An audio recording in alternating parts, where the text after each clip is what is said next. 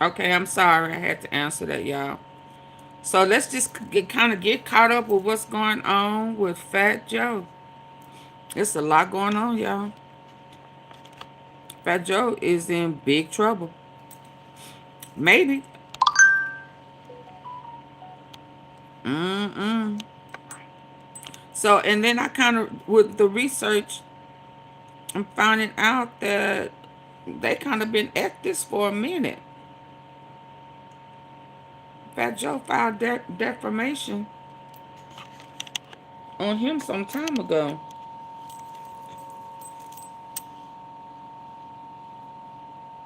April, I think.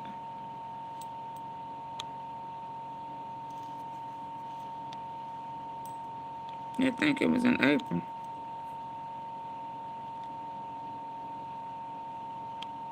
I'm trying to see.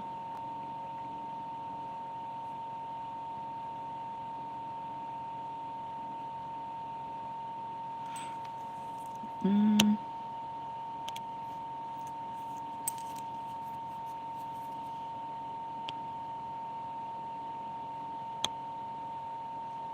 Let me go with that.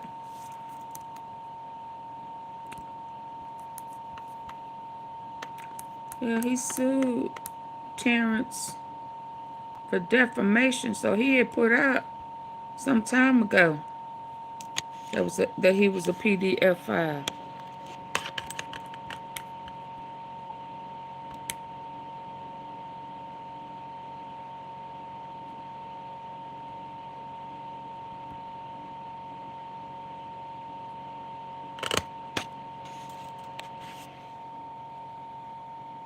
Yeah.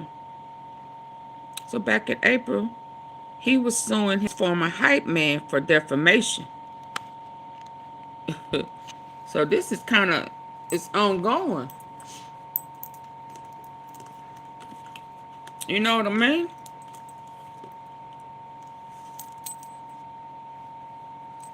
It's been ongoing. We kind of late to the party.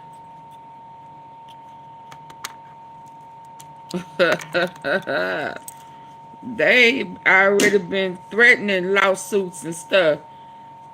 So, hey, I don't know what's going on. I know he said he played with babies and kids, and that's so not cool. Let me pick up here. Erode his autonomy and ensure silence.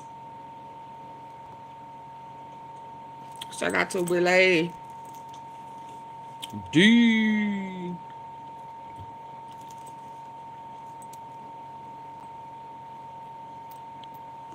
So Fat Joe is suing his former hype man for defamation.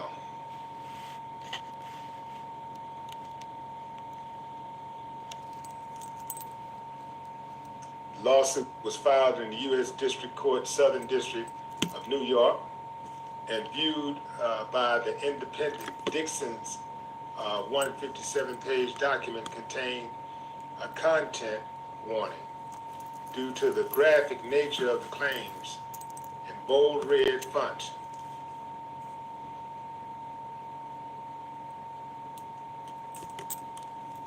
So let me go back here. Okay, Terrence T.A. Dixon. Terrence T.A. Dixon is the accuser.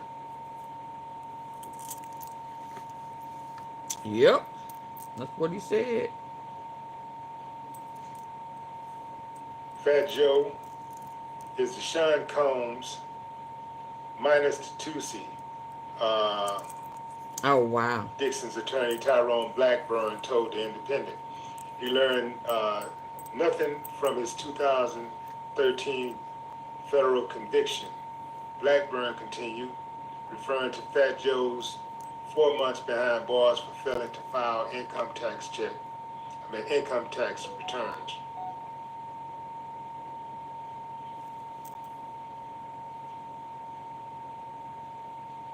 In the lawsuit, Dixon alleged that Fat Joe forced him into humiliating situations, including sex acts performed under duress. This is fascinating to me because all y'all was saying that how can somebody make you do something? In foreign countries, they lying, Cassie and Jane Doe lying. Dixon further alleged he was coerced into more than 4,000 sexual acts to maintain his standing with the enterprise. More than 4,000 sexual acts? Who the hell is counting that many sexual acts? He is. Even if you wanted to count your sexual acts, you probably would lose count after a few dozen, right? You know, like it wouldn't be that big of a deal anymore. 4,000 sexual acts. Okay, moving on. Dixon's lawsuit also alleged he faced a wide spectrum of sexual coercion, psychological control, forced exhibitionism, and surveillance-based humiliation, including being compelled to perform sex acts under observation, being filmed, or directed by Fat Joe in the presence of others. Tactics designed to control plaintiff's body, erode his autonomy, and ensure silence. Dixon's lawsuit also alleged he faced a wide spectrum of sexual coercion. Okay, went through that. These sex-based abuses were not private, incidental, or isolated. They were integral to the enterprise's culture of dominance and humiliation, enforced by the defendant's associates such as Pistol Pete, JB, and others, and sustained across numerous toured locations, including Miami, North Carolina, Germany, Spain, and Wisconsin. The complaint continued. Dixon also alleges that he personally witnessed Fat Joe engage in sexual retaliations with children who were 15 and 16 years old, listing 3 Jane Does who were in exchange for cash, clothing, and payment of her cell phone bill would perform oral sex and other sexual acts on the rapper. Why do men get off on having another man in New York, a non-U.S. Caucasian female, and a Latina female who met the defendant when she was 15 years old, turning 16, according to the documents. Fat Joe began having sexual relations with minor Doe 2 when she was 15 years old after a concert overseas. The defendant flew minor Doe number 2 to New York City and Miami, Florida, on multiple occasions. Due to minor Doe number 2 body being adolescent and not fully formed, defendant paid for her to get a Brazilian butt lift. Minor Doe number 2 eventually left the defendant and is now married to a professional athlete, the complaint stated. The documents further state that Fat Joe was in love with the third minor and claimed the rapper thought about leaving his wife. The defendant paid all minor Doe 3's bills and even took her overseas to his tour stops. He brought her to Florida and would help and put her in a condo he rented a few blocks from his house with his wife. So he wanted his little, the lawsuit stated, child play to stay close to where he lived. And her 15-year-old he wanted to leave his wife for her. In detail to plaintiff how inappropriate it was for defendant, who was in his late 30s at the time. Y'all please hit the like button. Children. Dixon claimed that incidents occurred on Market America's corporate yacht, as well as its mansion properties, where Fat Joe orchestrated repeated orgies involving plaintiff, These rappers is out of control. He also alleged that the rapper used his star status Hi, to Veronica. force Dixon and others into degrading sexual performances, often while he watched or directed. These incidents occurred under conditions. So he was filming his own the presence of corporate security staff, surveillance cameras, and defendants' management entourage. Yet no intervention occurred, supporting the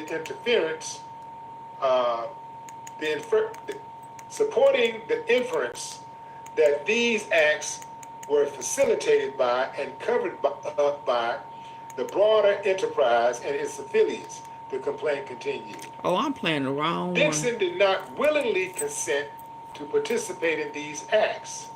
Instead, plaintiffs submitted solely out of fear of intimidation and immediate retaliation, which defendant repeatedly demonstrated would include financial punishment, professional sabotage, abandonment in foreign countries, or physical harm. In addition to Fat Joe, the lawsuit also named Pete Pistol Pete Torres and Rich Player, not familiar with that name, looks like Japetri, who were labeled as key associates in the rapper's criminal enterprise. Criminal enterprise. You know, when it's fed, well, you got to go big. You got to say them big phrases. Criminal enterprise. A rapper Jay-Z's Rock Nation is also named, with the suit claiming the company aided in concealing, transferring, and manipulating Dixon's authorship rights and royalty interest, and attempted to interfere with the claims against Fat Joe, Torres, and Japetri. Rock Nation represents Fat Joe.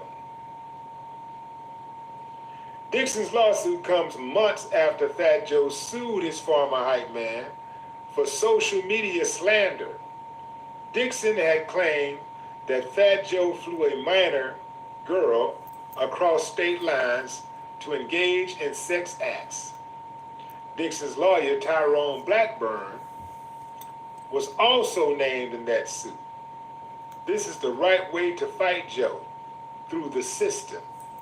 You can't fight him no other way, Dixon told Variety. Joe thinks he's a god. Joe thinks he's untouchable.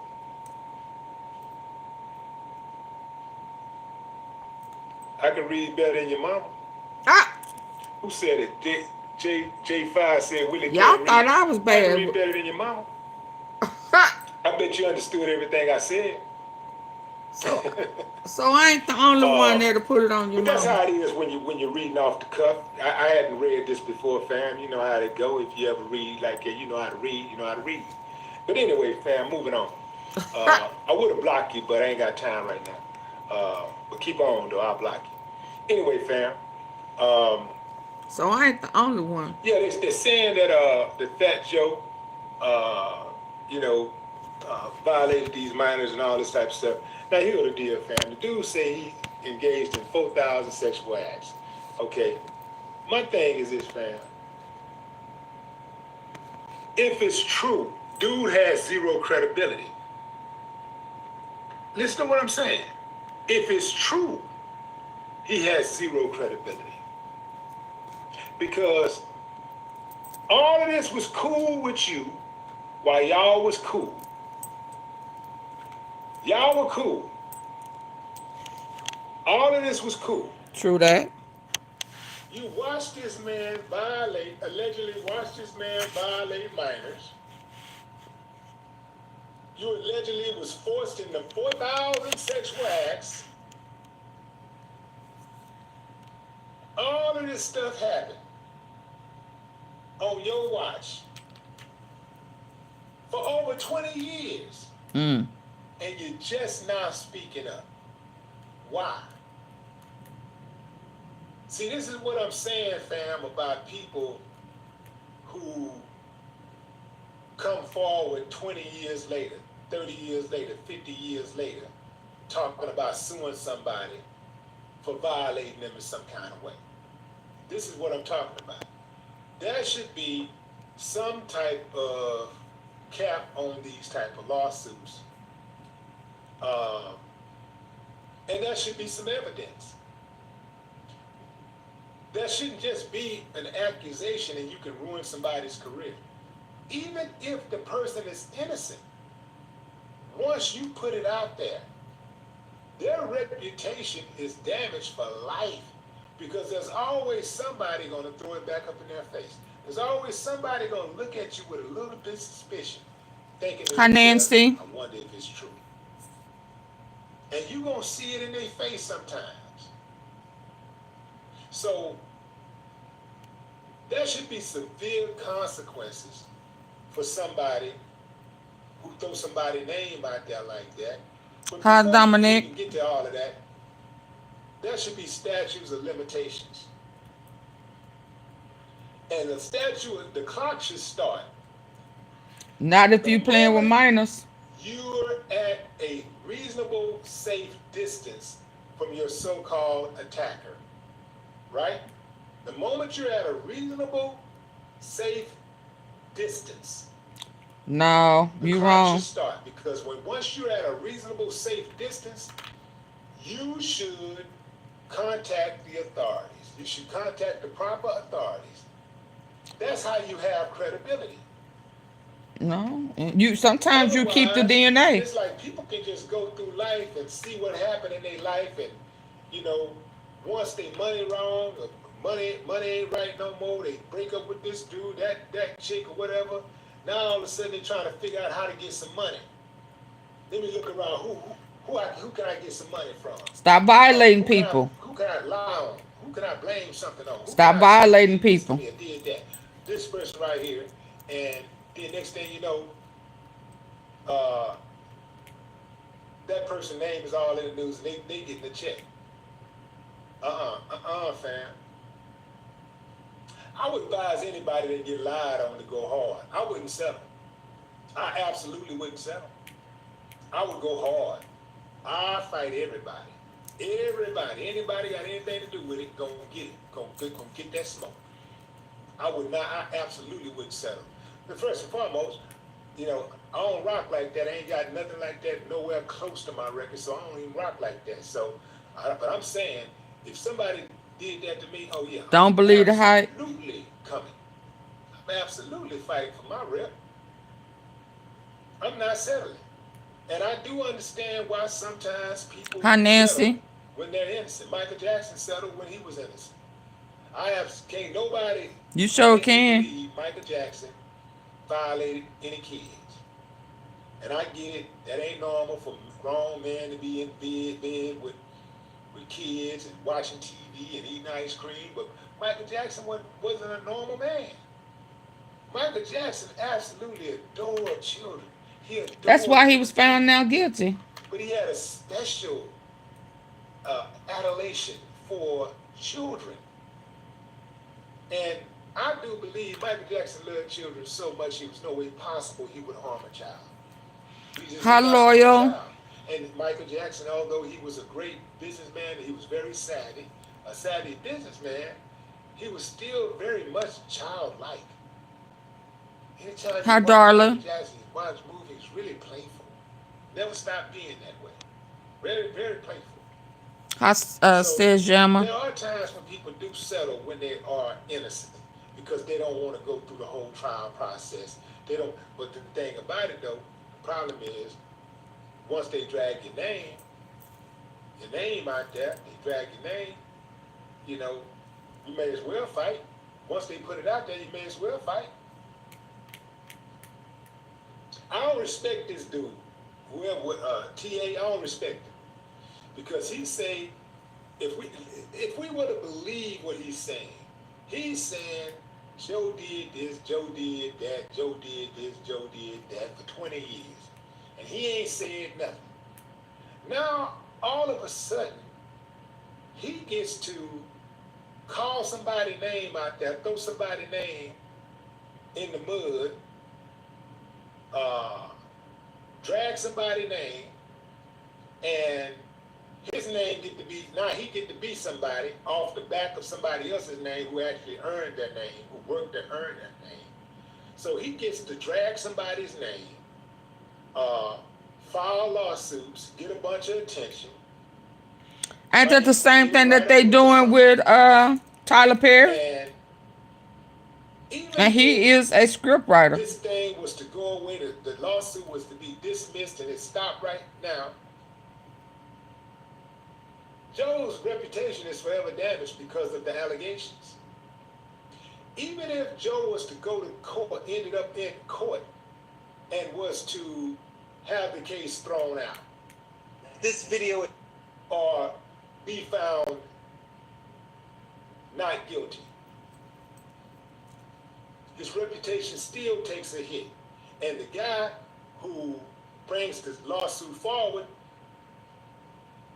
even if they come to find out that the dude lied, there ain't no punishment for him. He has no punishment. No punishment whatsoever. So, as I speak to y'all right now, there is no safeguards in place right now. But right here, Fat Joe is suing him, the former hype guy, for defamation, and this was back in April. Don't step up against the wall and see what sticks. See who's gonna cut a check. Even if they're not trying to get a check, if they just want to wreck somebody's reputation. But ain't nobody talking about that. So before he brought on this lawsuit, Fat Joe was suing the hype guy for defamation. They ain't got no money. That's why they doing it. Most of them ain't got no money. They ain't got no solid rep. Yeah, they could have stayed clean. I agree. Even if you sue them, you end up suing them. Most of the time, they ain't got no money for you to collect. They was trying to intimidate. So they was acting like a hip-hop mob. The culture for them was mob-style activities. Because their reputation is already shot. I don't respect it. I don't respect it at all. A lot of y'all rap artists don't something inappropriate to children, respect it. If he did something inappropriate to you, he definitely should have reported it. It was on you to step up, do something about it. Speak up. It's the same thing with Diddy. You're a man on mouse. Because they definitely said he interacted with kids. Oftentimes, these same dudes. Propaganda is allowed. And the courts must show the truth. When he's in his house and get paid. I bet he they like that bad behavior. I bet she can't tell him nothing. I bet he do what he want to do. And he expect her to do what he tell her to do. This was in April. Y'all double tap your screen. Just like hit him upside his head. And double tap the screen. Because he's going to affect your livelihood.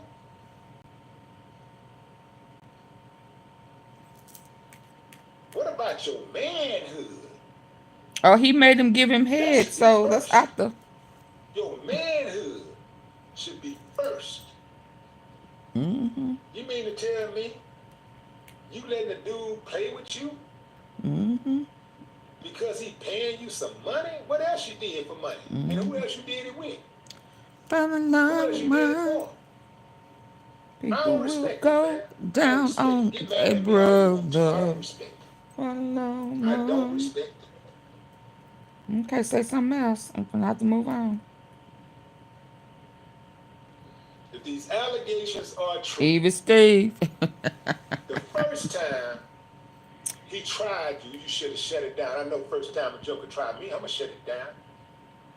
It's gonna be Dean fries and shake. We're gonna be moving some furniture. The first time you try me, don't even insinuate something like that. We're gonna be moving furniture. You ain't got it. You ain't gonna even get to it.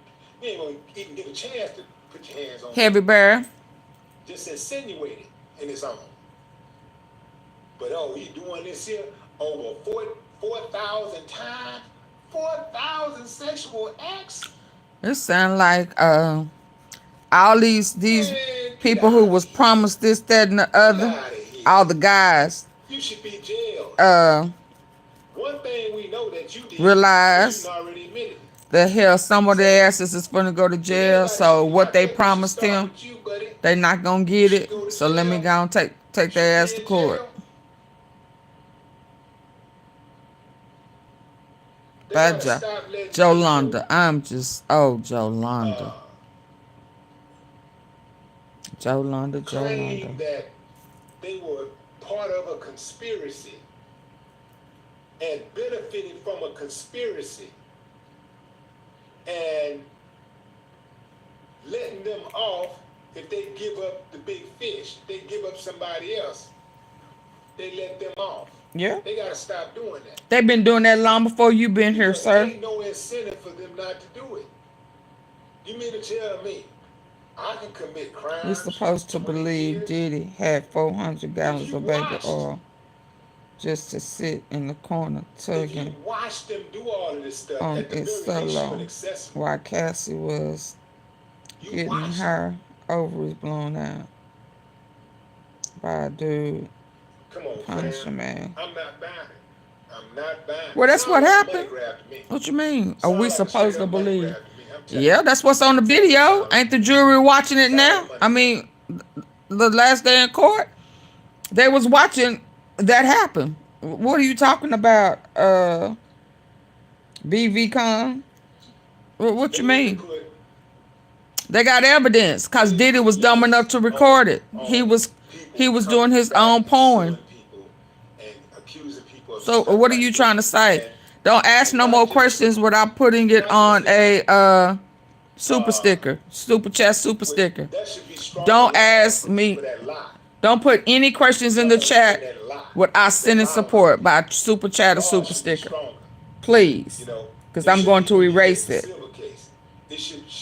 So don't even waste your time putting it in the comments, please.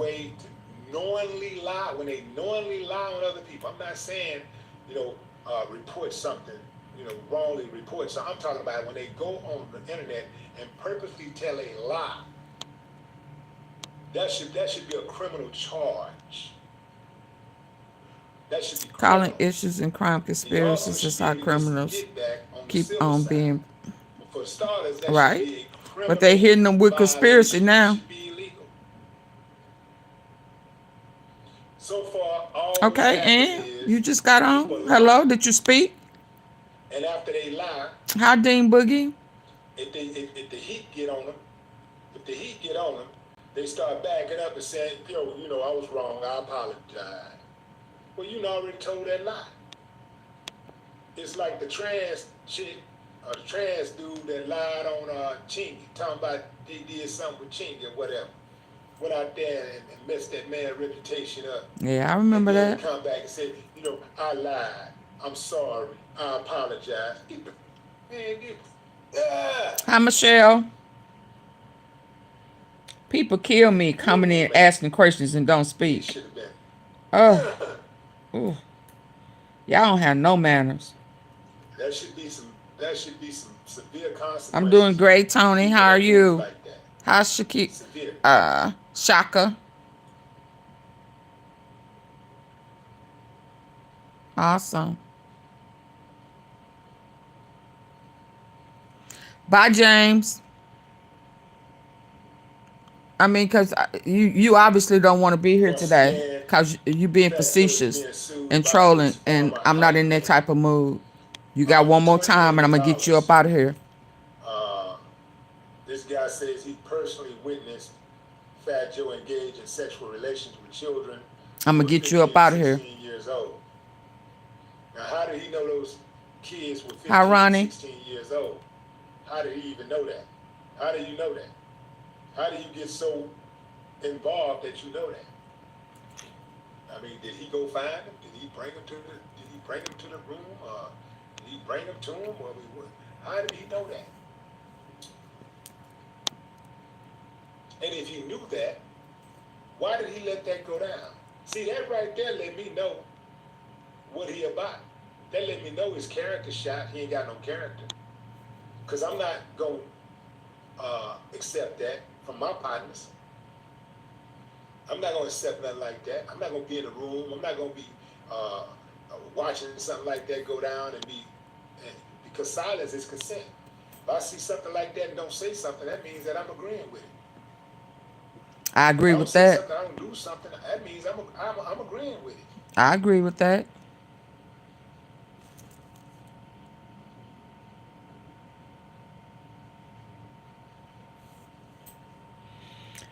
Okay, let me go on, cause yeah. It sounds like blackmail to me, fam. Straight up. Well, but see, cause ain't nobody talking about Fat Joe sued him first. He knew.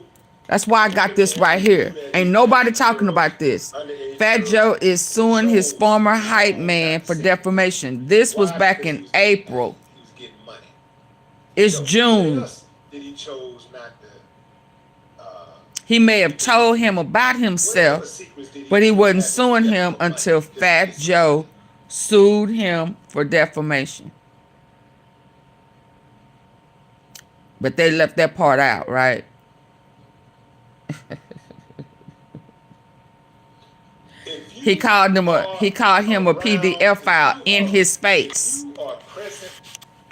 Fat Joe didn't like it. Fat Joe is suing him. Y'all see it right here. So when people go run tell it, ain't nobody talking about Fat Joe sued him first. See how stories get twisted? You have no credibility whatsoever.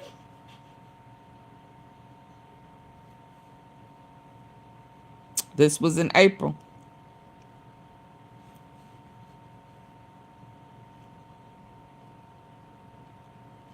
Thank you, Dean. You see it right there.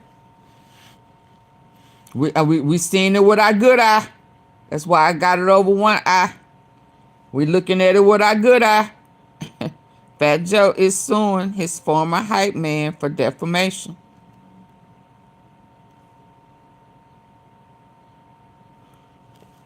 Hold on, I'm gonna go a step further. Hold on. Hold on.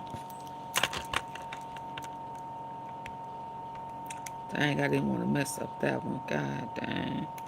I didn't want to mess up that either. I can't stand when I have stuff pent and ready to go. I'm trying to figure out, is the hype man suing for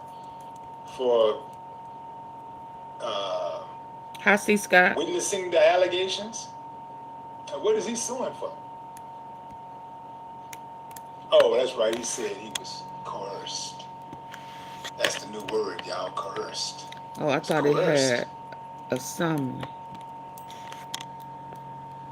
It ain't a man made a woman that can Is that are y'all seeing it better? into nothing.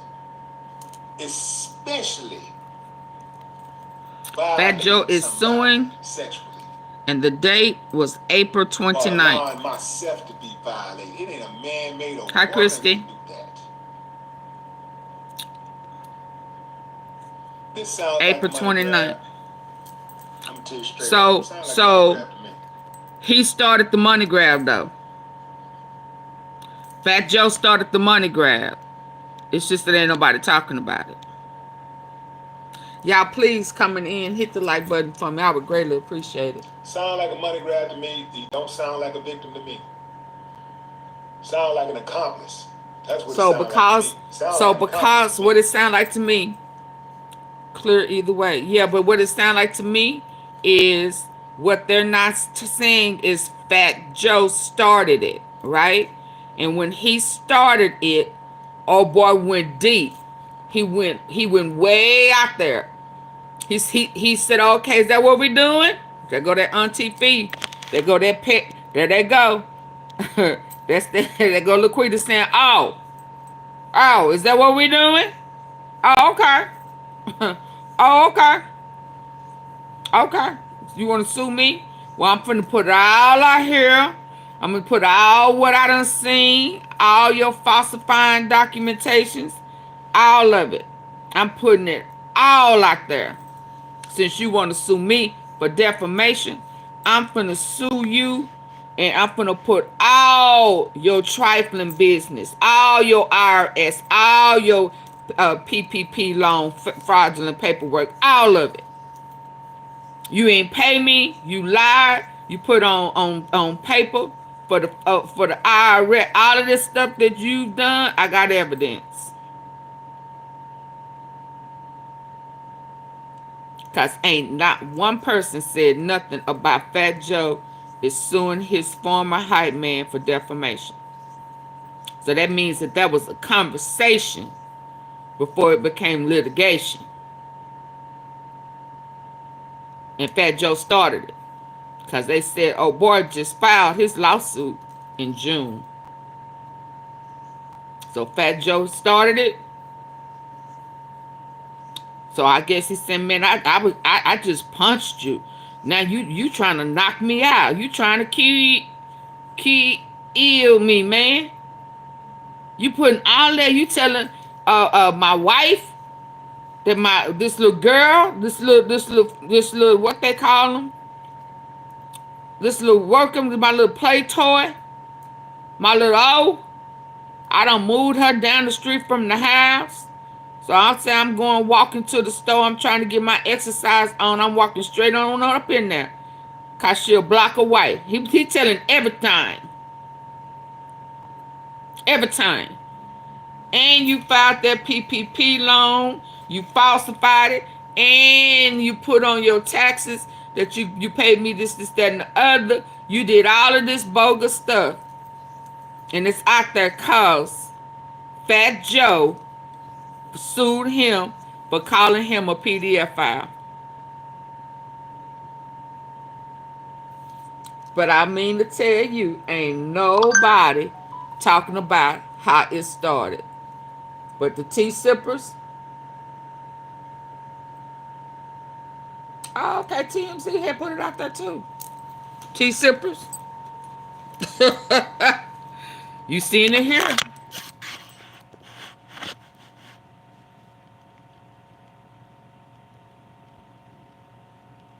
After he called him a PDF file. You see what I'm saying? It was verbal first. It was verbal. He called him a PDF file. So he put him litigation in the fight. So who was the money grab? Who started the money grab, T-Sippers? Because these men ain't going to tell the truth. They going to blame everybody. It's always somebody else's fault. So, oh boy over there talking about a money grab. Hell, if that's the case, then guess who started the money grab? Fat Joe. Jolanda. But you talking about you don't respect. Well, hell, at least he called him out to his face. You know, these big old men, so damn sensitive. And they want, oh, Lord, let me hush. His feelings got hurt because he called him a PDF file. So he made it a money grab. And so, oh boy, Terrence, TA, said, okay, you fat, funky mother. Okay. I'm putting people in your life. When y'all hear me say I'm putting them people in your life, I ain't finna argue back and forth with nobody. I'm putting them people in your life. That's what TA did to Fat Joe. Fat Joe started it. TA said, I'm gonna put them people in your life. I'm gonna put them people in your life. And then it came out today. So when y'all roaming them streets, make sure y'all tell them AunTeaFee, AunTeaFee, she got it. She showed it to us. She showed it to us in more than one place. Let's see how much was the lawsuit. And y'all don't just run with them narratives. Stay true to the facts. Okay, Fat Joe has filed A hefty lawsuit against his former hype man for slandering him on social media, claiming the guy and his lawyers are trying to shake him down for a payday. He didn't file nothing until after you. This right here was April 30th. 10:03 a.m. April 30th. We know for a fact that old boy just did this lawsuit here recently in June. Your lawyer start off the hearing. They probably have some type of deposition or something. So I can't listen to that no more because we already know that they not starting off on the truth. Can I have 2 lumps of sugar in your tea? The tea is hot. Dean, the tea is hot, baby. What? Now y'all know I'm a dig a little deeper. I just can't go with what everybody going with. You know, I gotta, you know, it's always a root. It's always a root, right? Oh yeah, it was all over the place. I guess they didn't take him serious.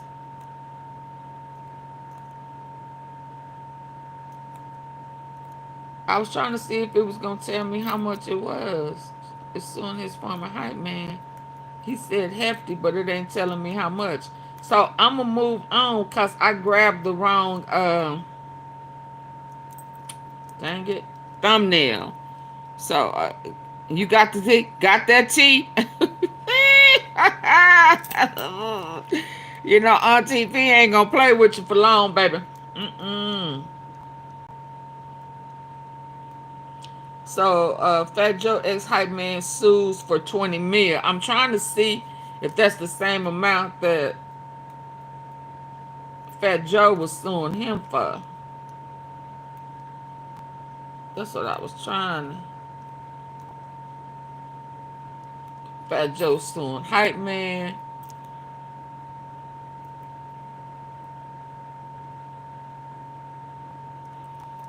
I was with Fat Joe suing his hype man who claims he like him young. Lord, you play with babies, Fat Joe. What is wrong with y'all? Jolanda. And on the flip side, you like them playing, you know. You go both ways, man. What is this? I'm trying to see how much you sued him for before I go on. Joe flew a 16-year-old girl across state lines. That's why they hitting him with them charges like that. Same as Diddy. Allegations along with pictures of Joe, Diddy. Oh, wow. According to the lawsuit. And you know what's funny? Hi, Maximo.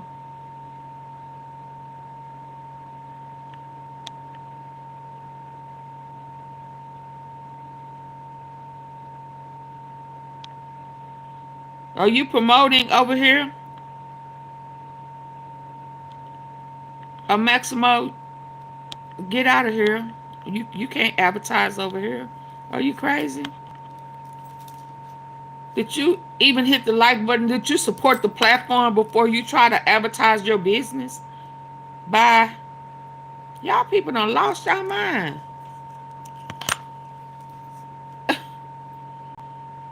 Okay, so according to the lawsuit, Dixon claimed on social media that Joe flew a 16-year-old girl across state lines for SEX and posted their allegations along with a picture of Joe, Diddy, and DJ Khaled. Lord.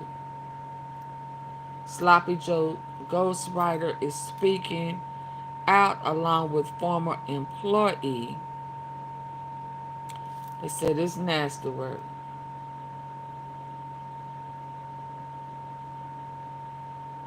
This was December 28, 2024.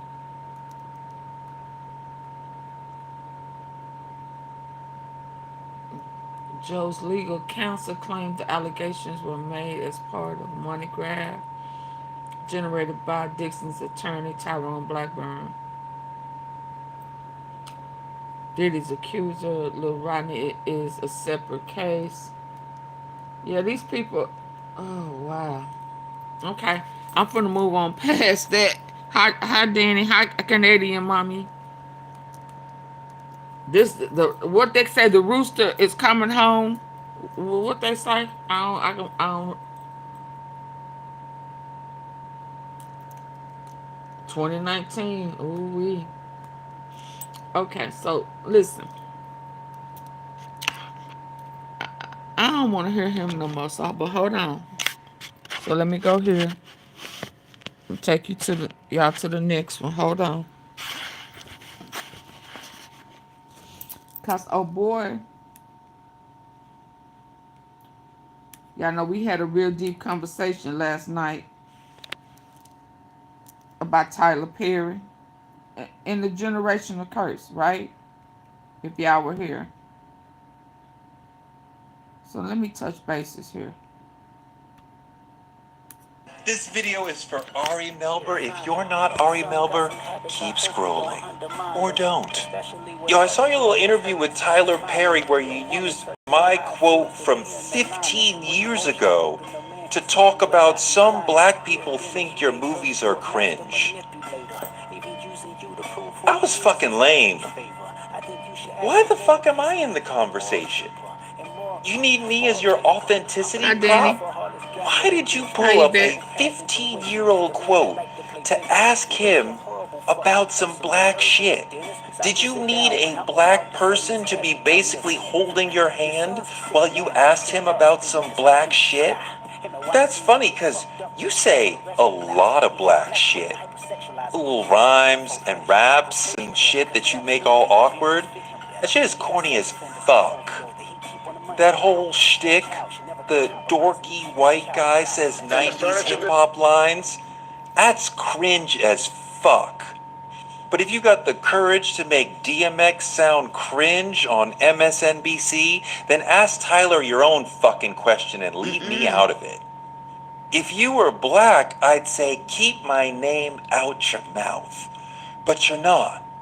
So please refrain from referring to me in these sorts of contexts.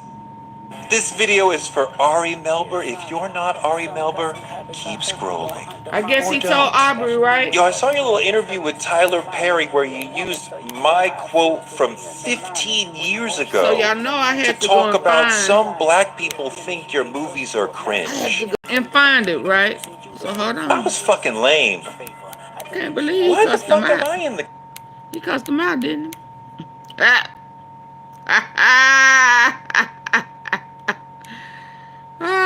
Please tell me. Oh, wow. Did I mess it up? Hold on. Dang, when I reset this computer. Now here it is. So I went to go and find it. I wanted to hear what he was talking about. Let's go. Excited. For an artist of so many talents, I bet you know many types of work he has created in this world. Tyler Perry, the director, actor, producer, playwright. He is also an entrepreneur, a billionaire media mogul. Oprah says he is a true visionary and trailblazer. He's known for so many things. If you go back far enough, you have the Medea character, a box office hit to the tune of a global billion. He's produced over 20 different TV series. So if you say we work hard on this single show, he's done 20 of them, many of them across the years, and directed 30 films and counting. His new Netflix project is the film Straw, starring Taraji P. Henson. Oh, hold on. Hold on. Hold on. ABC. Watch. Tyler Perry tonight facing a that has really been making headlines and making waves, and it's interesting because I know the person involved, and you know, it's tough to kind of report on these things, especially when you know the person. Okay, so I'm talking about mogul, entertainment mogul Tyler Perry. Tyler has been accused of SA. Okay, and I want to bring in Jason Lee from Hollywood Unlocked, the CEO of Hollywood Unlocked. Jason, good morning. I want to hear him. I want to hear what they got to say. So I'm sorry. Watch. Tyler Perry tonight facing a multi-million-dollar lawsuit by an actor who claims years of sexual harassment. The lawsuit, asking for $260 million, was filed by actor Dixon, who was part of the BET series The Oval. The complaint says Perry has been using his power to, among other things, sexually assaulting impressionable and vulnerable employees and actors. Perry's lawyer released a statement tonight saying he will not be shaken down and called them fabricated claims of harassment. Okay, $260 million. Here's the headline from some of the tabloids. I believe this one is from, I'm not sure if it's from TMZ or whatever, but this is from, where is this? Hollywood Reporter. Hollywood Reporter. Tyler Perry sued for alleged sexual assault, battery by Oval actor. Derek Dixon, an actor. In some of the Mogul's production claims Perry repeatedly made unwanted sexual advances. A lawyer for Perry said the filmmaker is being shaken down, and it goes on to report that it is. There are text messages that are listed. Hollywood Unlocked and Jason Lee, you better bet, is following this story. Jason, I read the text messages. Is there any there? First of all, good morning. Thank you for joining. So what is going on here? Good morning. Listen, everybody that knows me that's been following my brand from day one knows that I don't have a problem spilling anybody's tea if I have to. Tyler Perry, who I don't consider a friend, that I do know, $260 million for allegedly SAing somebody who is an unknown actor that none of us have heard of until today, at least myself, is a reach. I looked at the text messages line by line. I don't see any rejection, if these are even text messages, because they haven't been substantiated yet as far as being on, I agree with you. I don't see any message in there where there's there where the person is making any claims of feeling a certain way or asking Mr. Perry not to behave in a certain way. I see jokes, friendly exchanges on both sides. And then knowing Tyler, having texted him a couple times, the misspellings on the alleged Tyler text doesn't give me that these are actually real. So I don't know even what we're talking about, other than now Tyler's name is splashed across every platform with these accusations. And you know how Google does, it rises to the top. And, you know, the climate of cancel culture that we live in right now, this to me screams money grab. Yeah, this is, as you said, it's across everywhere. This is the New York Times, and you know, when the New York Times start reporting something, it's huge, right? And you have the Hollywood Reporter. And look, I don't know what happened, but I read those text messages, Jason, and I have to tell you, is there something? There's got to be something else. And if this guy is asking for $260 million, because in those text messages, I don't see a thing. I don't either. Didn't I tell y'all that last night? $260,000, or even going to court over some text No, messages. it sounds like a script. There. Good. Sorry, Jason. Here's what people need to understand how this all works, right? There's this new thing happening. We've seen it with multiple celebrities. And listen, I'm not a celebrity by any measure. I'm a public figure, and I've had people try to get close to me and then try to extort me for money and ask me for opportunities, because I don't give them what they want. Tyler Perry is one of the most powerful people in Hollywood. I believe he's a billionaire. You know, this is Oprah and Gail's bestie, but more importantly, he is the man of opportunity, because he can change your life with a role. And he's changed many people's lives, and I'm sure rightfully so, by giving them an opportunity that they've earned. I don't know this individual, and I don't want to attack the person's character, but what I will say is that there's this new world happening that people don't know about. The Hollywood Reporter, let's use them as an example, or Hollywood Unlocked. We're a part of what's called a syndication network. So when we write a story, it may go to our 3.7 million followers or 8 million followers within our ecosystem, but it's in a syndication network, which means it gets picked up by everybody else, and they syndicated across every platform and goes to millions and millions of viewers. The second thing is, you can file a lawsuit and say everything in a lawsuit that you can't say directly online, and avoid being held accountable for defamation of character, because the lawsuit told everybody what you allegedly did, not you. So you absolve yourself of accountability. This person can go and resolve this lawsuit by withdrawing it, and Tyler Perry's name would already be out in the court of cancel culture, regardless of whether he did it or not. So Tyler's been put in a very unfortunate situation, and this is why I say there needs to be some type of laws. Can y'all still hear? Claims that are not found to be true, or that are can you put a one? Give me some ones if you can hear, or have some type of penalty, because at this point Ronald McDonald could come forward and say Tyler rubbed his leg and offered him a role in the Oval, and people will believe it. And, you know, it is what it is. It's another day at work.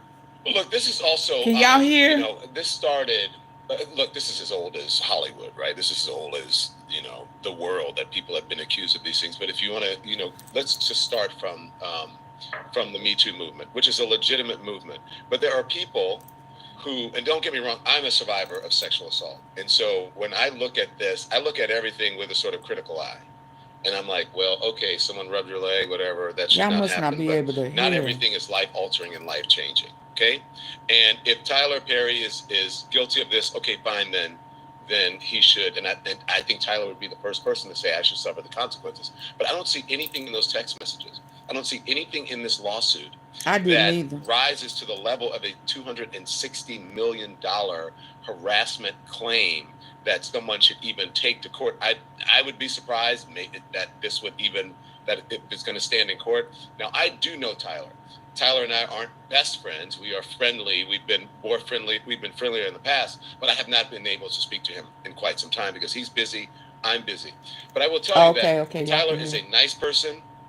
He is very playful in texts, you know, haha, whatever, how you doing? And if you get to know him, he's just a very playful person. And those text messages to me speak to someone who thought they had someone's confidence. He was joking around with them, and then he thought that they were friends. Right. I will also say, if y'all was here last night, I said that. Anything to do with this, but Tyler is a humanitarian. He does help a lot of people. It sounded like he was trying to be helpful. I have made more black millionaires maybe than anyone in history. Okay, look, can you separate those things? Yes, but what people should know is that when you're in this position, when you're in these positions, you are a target.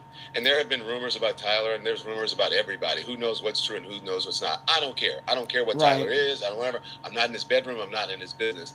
But I will tell you, just looking at this lawsuit, Jason, I don't know. I mean, $260 million. Like, come on now. Listen, Don. Let me just cut straight to it. I recently have been getting to know Tyler, and because we wanted to honor him this year at my award show, which we're honoring you, by the way. We acknowledge people who are driving the culture and who are having an impact beyond their talent. Tyler does a lot for the black community, for everybody, not only just as a humanitarian. Get the likes up. Even when Whitney Houston died, he put her body on his jet and flew her home to her family. That's the type of person Tyler is. I have found him to be very professional, also very respectful. Now, that's not to say that nothing could happen, but let's like unpack this a little bit.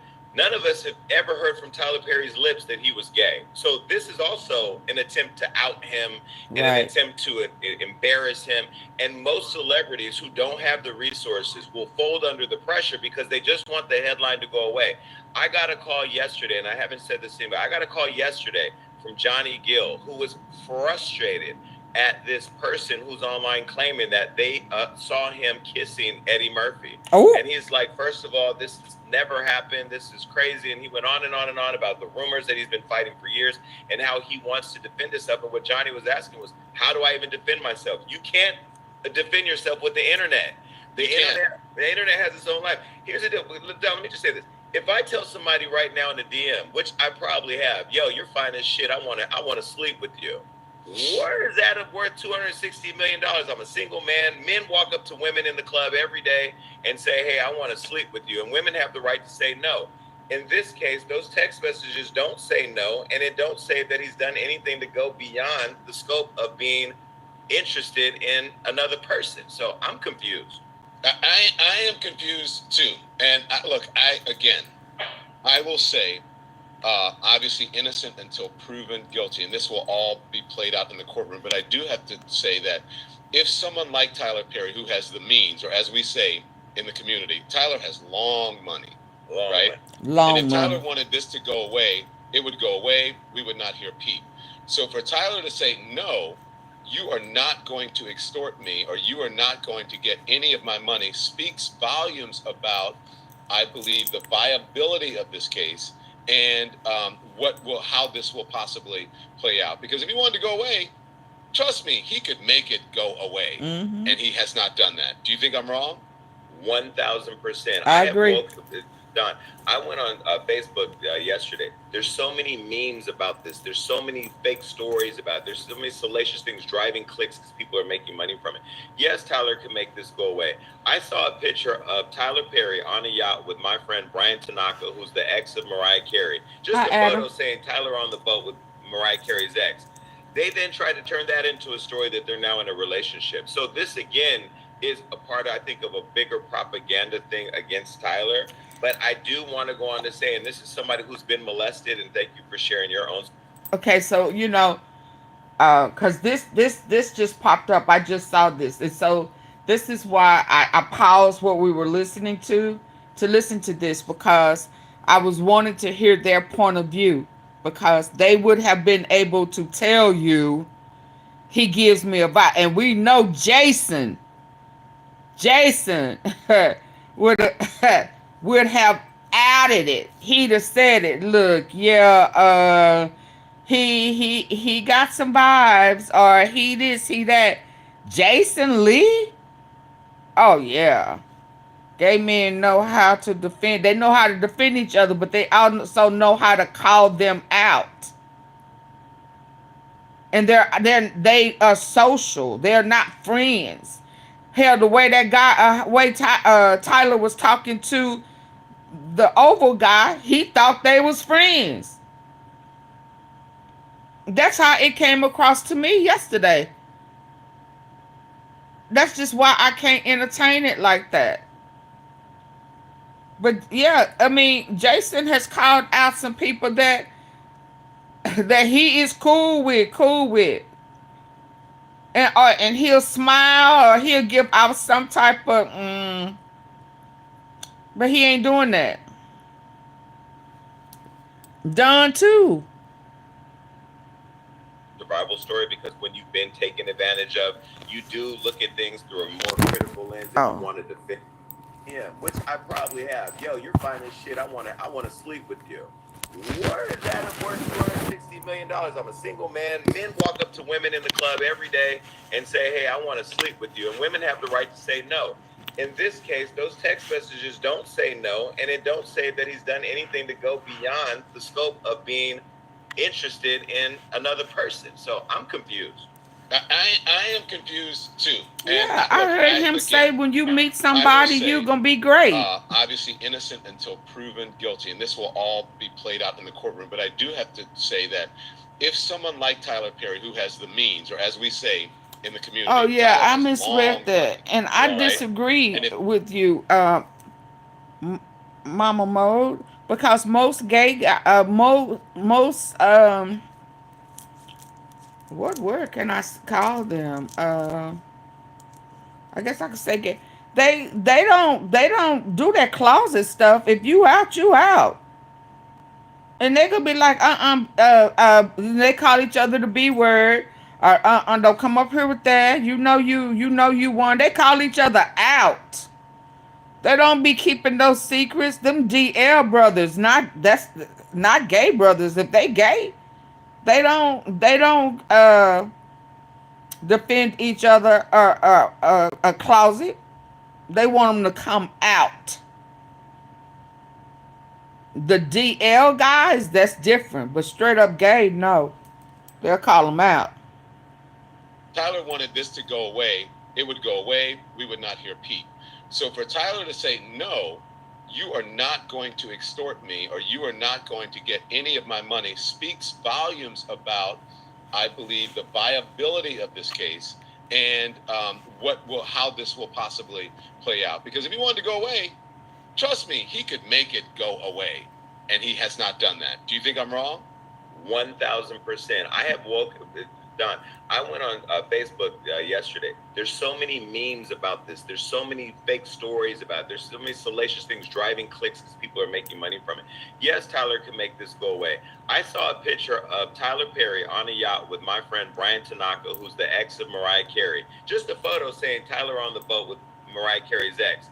They then tried to turn that into a story that they're now in a relationship. So this, again, is a part, I think, of a bigger propaganda thing against Tyler.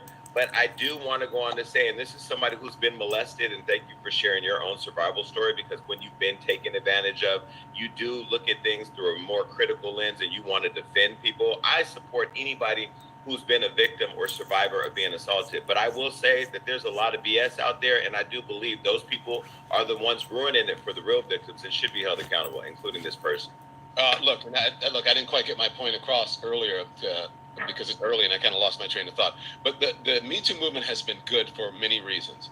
But also people have taken advantage of the Me Too movement. They want their Me Too money, right? They use the Me Too. They think that they're going to embarrass someone who is either a celebrity or wealthy, and they will just get paid to go away.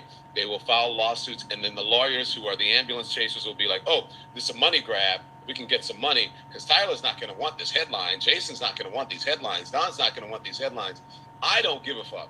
Yeah, I'll take the headlines. You are not getting my money. I will take you all the way to court till the very end to prove my innocence.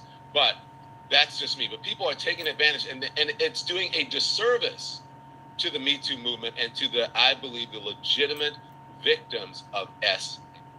Discover your new Acura. I agree. Visit us today and experience where performance meets style.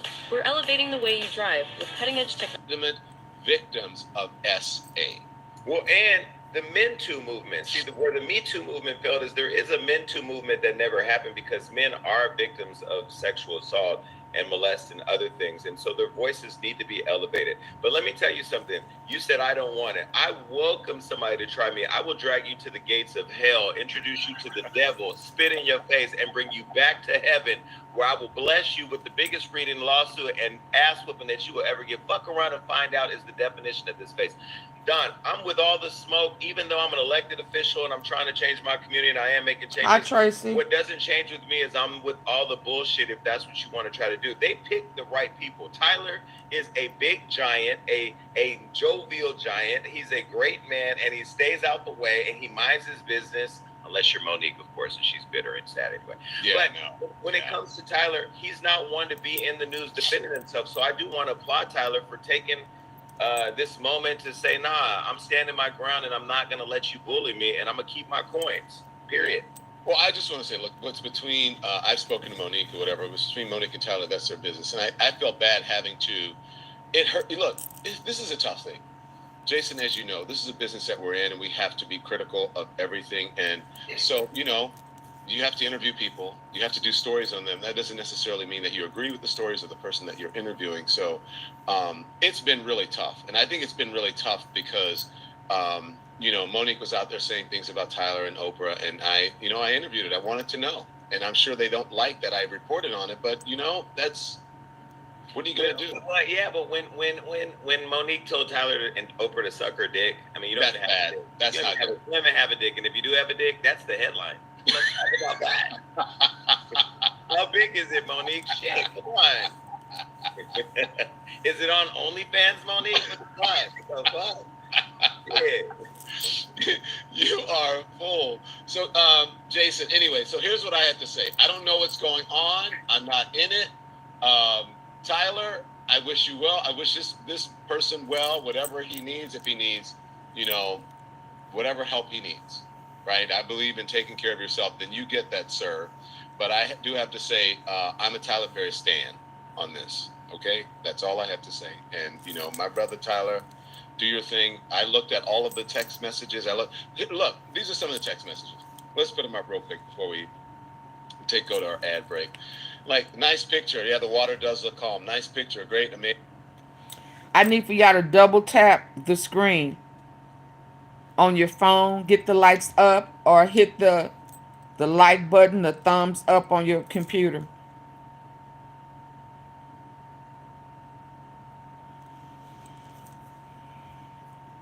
Do you know how to double tap your screen?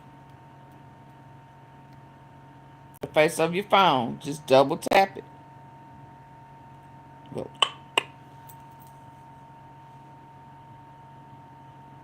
Thank you for the ones who did. Thank you. It's going up. Come on. I need about 20. It's 192 people in here. I need everybody to hit the like button. Or just go ahead and politely remove yourself. If you can't hit the like button, you do not deserve to be over here listening. Thank you. Go on. Get the likes up, please, for the people who appreciate the tea. Hi, Betsy. Hi, Tracy.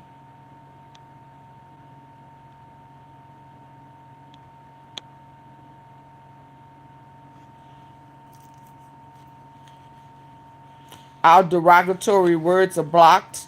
So whoever put a message in there, take the curse words out.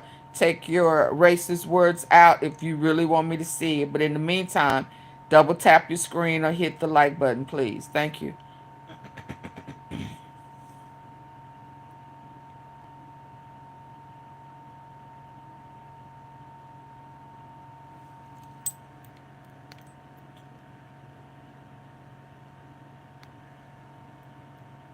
Whatever. You don't see Stud in that nice picture. I see a stud in the picture with calm water. Next slide. Yeah. I mean, who cares, right? And I'd be like, if she texted me that, I'd be like, all right, I see you, Tyler. You know what I mean? Blah blah blah. And so that's if you are a genuine person and you're not out trying to get some money. But anyway, Right. you have a really fresh voice and take on things or whatever. And he's telling them about an actor, and he's trying to. It appears to me he's trying to help this person. And guess I what, said though? that yesterday. What if he is flirty? I don't know. Wait, that last slide, go back. He says, here's my feedback. Tyler Perry's giving you feedback on your creative project and saying, I see the characters, I don't see it for my audience, but let me help you. Right. He trying to. I said that yesterday. Y'all remember? But this is what happens when you try to help the homeless. You know, the homeless sexuals that are running around looking for a place to live because rent is not cheap and their roommates are just beyond capacity. You got to be careful with a cute face, some abs, and a little bit of talent. Tyler has put on a lot of people that may not have the best talent because we've seen some of the actors in some of the roles, and some could say maybe they got it because they're a cute face. I don't know. He was trying to. He was just doing know what Tony a Hollywood's about. favor. Yes. And I don't see any there. Hi, I'm Chastity. still looking for the thing that says, can I fuck? And if I can't, Right. you're not getting this opportunity. Right. The there that Me Too is I don't built on. see Where is that. that here? It's not there. I don't see it. It's Thanks not there. everyone for watching. Your support It's not means there. the world to us. So make sure you It's not there. I said the same thing yesterday. But let me get back to this over here because that's what brought me here.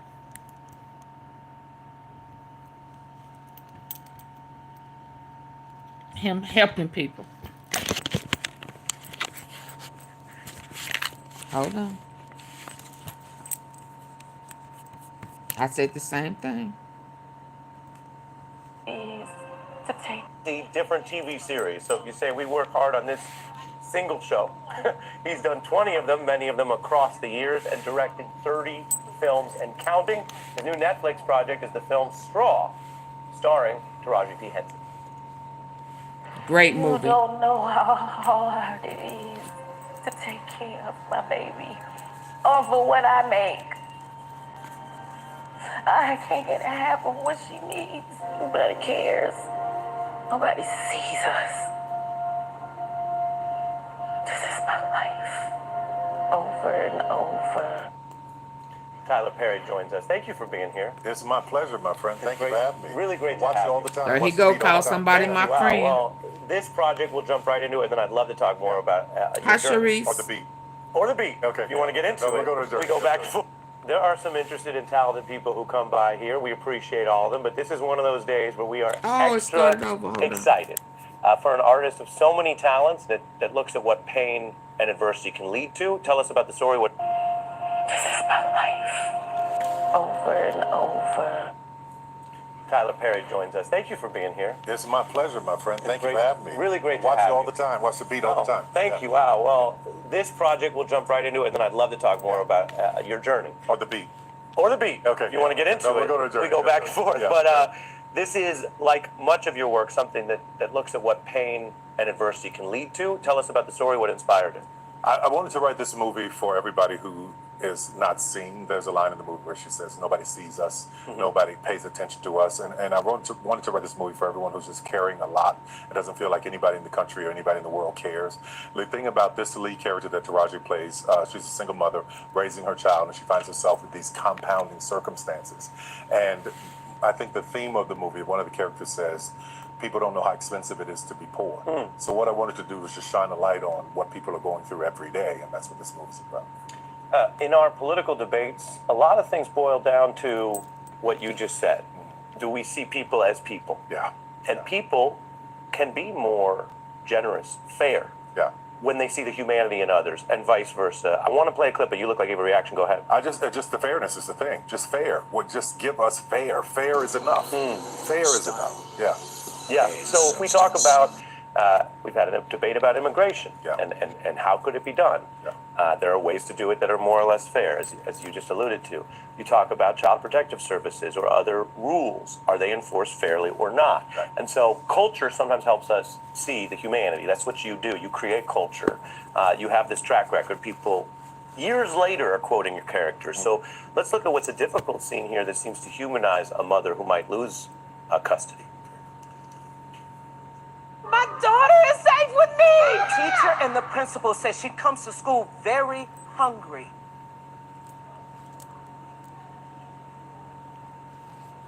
I work 2 jobs, okay?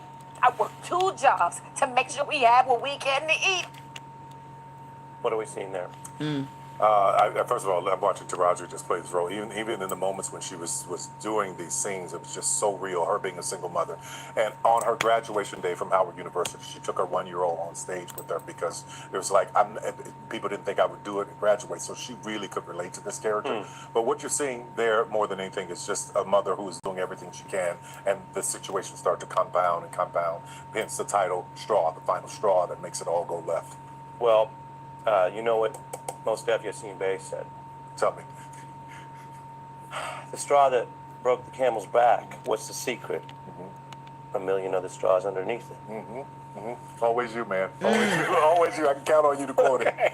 This film was made quickly. How quickly? About 7 days. Yeah. How does that work? I'm not a person that has a whole group of people telling me, don't do this, don't do that, she can't wear this, she can't wear that. It's me making all the decisions. So a lot of people that slow down the process are not in my studio. So we get to work and we knock it out and make it happen. So I gotta say, as a creator, And Derek shout didn't out want to being work. able to say my He studio, wanted to be because messy. I don't think everyone always realizes, even acclaimed directors, someone like you a few years back, or many others that we see, every time they want to do a project, they're still, before they even get started, looking for approval, money, rules, and then what you just mentioned, creative interference. yeah, no, I don't have any of that. Respect. Yeah, I don't have any of that. I've had great partnerships over the years, and that have proved extremely lucrative for everybody I've been in business with, from TBS to Turner to Lionsgate to Netflix to Amazon, you name it, to OWN to Oprah. Everywhere I've gone, it's been extremely lucrative for the companies, and I think people know the bottom line. They know what you're buying when you do a contract with me. You're buying a brand that is going to show up. My audience they're more loyal than country music fans.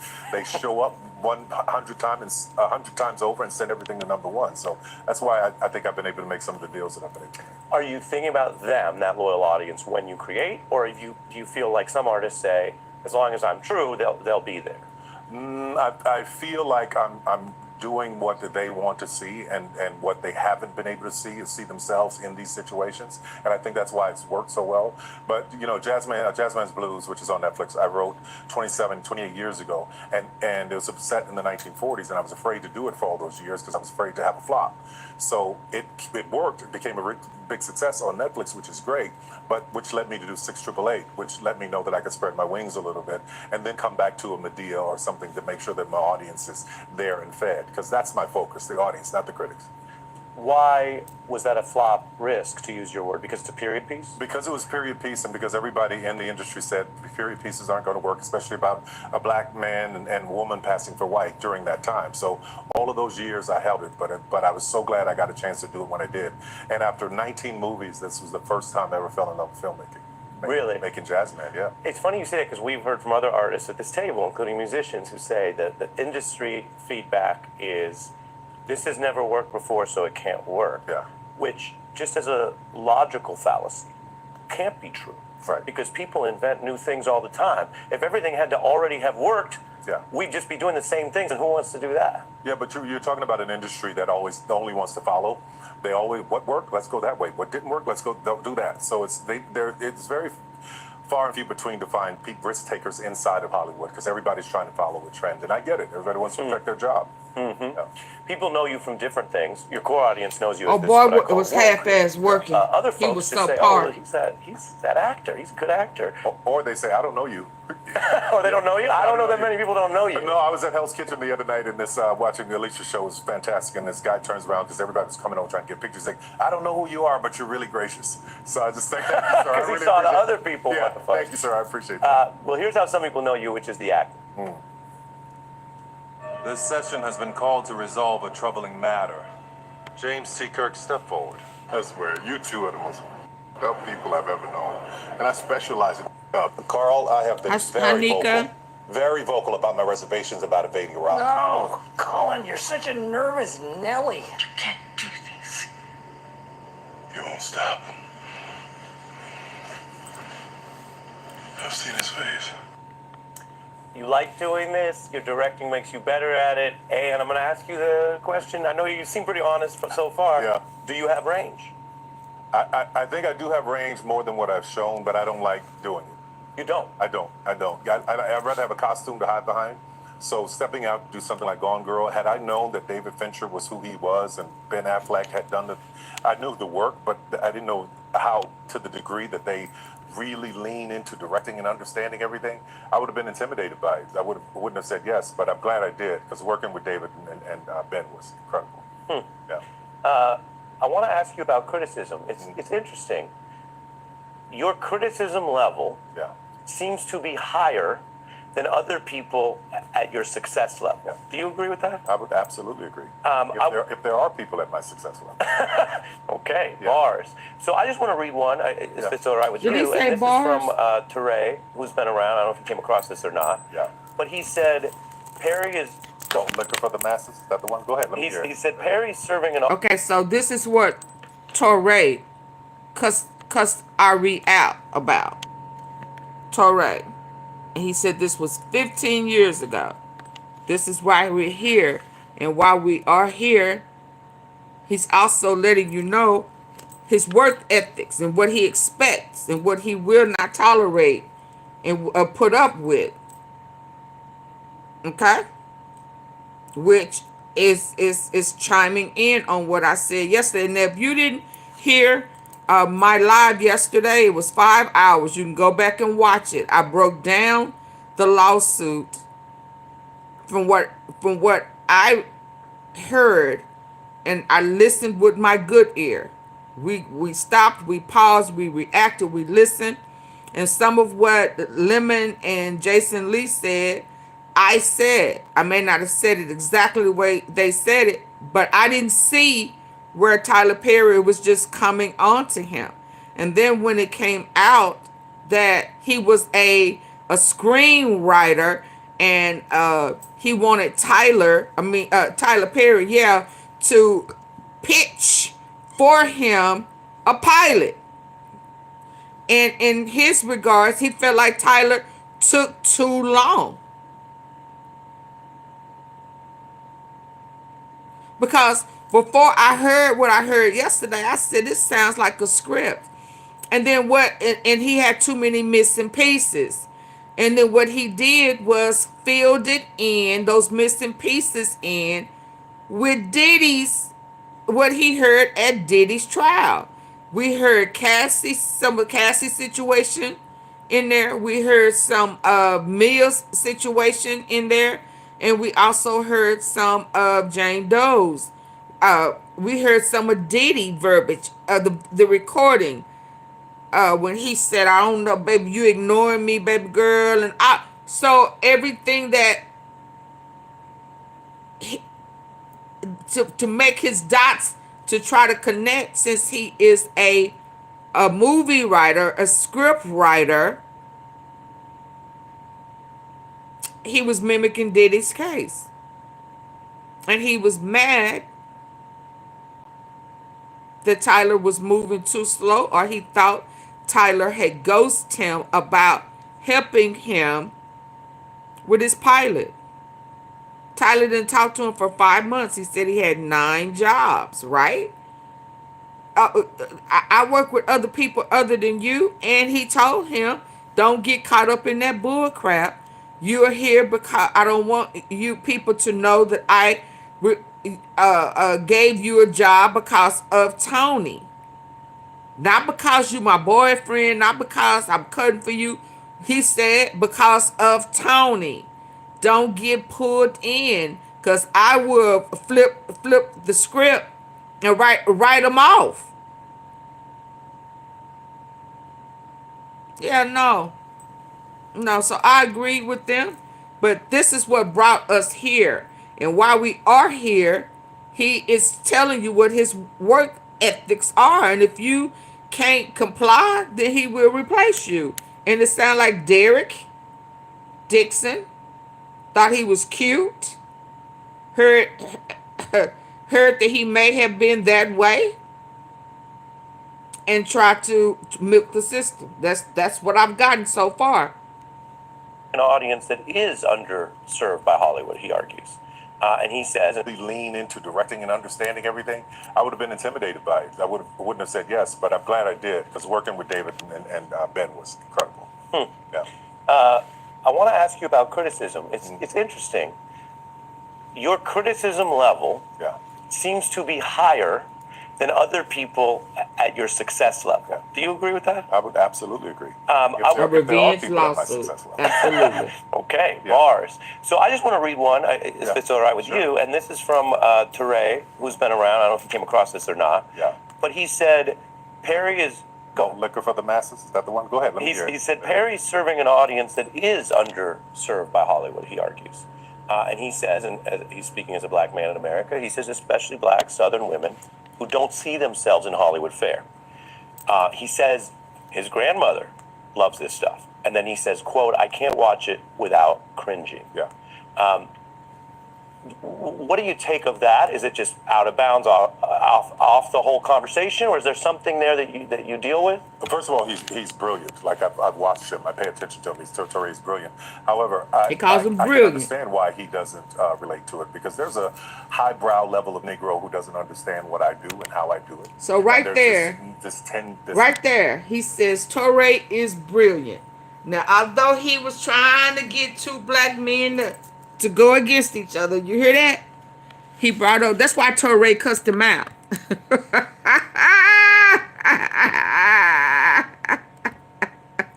This is why Torre cussed him out. And if y'all just got here, this is because we're at that part. Hold on. And see what he did. Year-old quote to ask him about some black shit. Did you need a black person to be basically holding your hand while you asked him about some black shit? That's funny, because you say a lot of black shit. Little rhymes and raps and shit that you make all awkward. That shit is corny as JB fuck. said, uh-oh. That whole shtick, the dorky white guy says 90s hip-hop lines, that's cringe as fuck. But if you got the courage to make DMX sound cringe on MSNBC, then ask Tyler your own fucking question and leave me out of it. If you were black, I'd say keep my name out your mouth. But you're not. So please refrain from referring to me in these sorts of contexts. This video... So, did y'all get the gist of the cussing out? Yeah, so he cussed him out because Torre said that clip that he took to ask Tyler Perry about was 15 years old. Torre don't even look. He was young. You understand? So what Irie was doing was putting two black men against each other. You catch that? Did you catch that? And Tyler Perry said, oh yeah, Torre, yeah, he's brilliant. He's brilliant. Why you trying to play two brothers? Because we may not see eye to eye, but he a brother. You see what I'm saying? How dare you, as Teray said, white boy, try to pull me into your bull crap. Hey, James. As if I'm attacking this brother. But did you catch Tyler Perry's response? Let's go. Mother. And I said yesterday, I didn't want to say it about this Derek Dixon guy, where they getting, you know, he paid black people millions. Where Taraji P was getting like $45,000 for hit movies. He paid her millions. Sherry Shepherd, $1 million. And the white boy who filed a suit said he didn't hear from Tyler Perry for 5 months, but I thought he was hounding you. I thought he was harassing you. I thought he was all into you. So you didn't hear from him for 5 months because he was working. And because you didn't hear from him, you went to the Better Business Bureau or EEOC or whoever you went to. Because you felt like he was stringing you along because he wasn't moving fast enough for your pilot. Now your rent was due. You was broke. Because he told you to stop getting involved with that mess. He didn't want people to know that he hired you as a friend of a friend. You didn't take heed to warning. You felt entitled. And he wrote your ass off. But he still was going to try to help you with a pilot. Because you have writing skills. See, this is what I got from it. So you wanted him to help you and carry you. The way he carried who? The way he carried what color? White boy, you want him to carry you the way you see him carrying what? Oh, okay. Okay. Loves this stuff. And then he says, quote, I can't watch it without cringing. Yeah. And I'm going to ask you the question. I know you seem pretty honest so far. Yeah. Do you have range? I think I do have range more than what I've shown, but I don't like doing it. Agree that they really lean into directing and understanding everything. I would have been intimidated by it. I wouldn't have said yes, but I'm. Then other people at your success level. Yeah. Do you agree with that? I would absolutely agree. If there are people at my success level. Okay, Yeah. Bars. So I just want to read one, if it's all right with you, and this is from Teray, who's been around. I don't know if you came across this or not. Yeah. But he said, Perry is... Liquor for the Masses? Is that the one? Go ahead. Let me hear it. He said Perry's serving an audience that is underserved by Hollywood, he argues. And he says, and he's speaking as a black man in America, he says especially black Southern women who don't see themselves in Hollywood fare. He says his grandmother loves this stuff. And then he says, quote, I can't watch it without cringing. Yeah. What do you take of that? Is it just out of bounds? He trying to play brothers against each other. Y'all peeped that, right?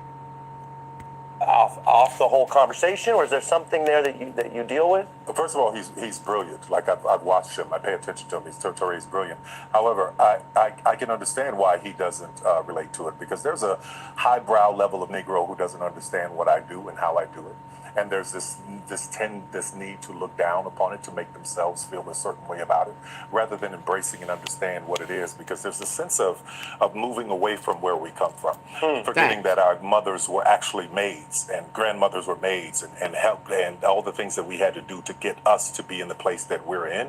Now I don't know about his. It's almost like Spike Lee. You know, Spike Lee's mother was an educator, so I can't relate to that. My mother worked at a Jewish community center with preschool kids most of my childhood, and my father was a carpenter.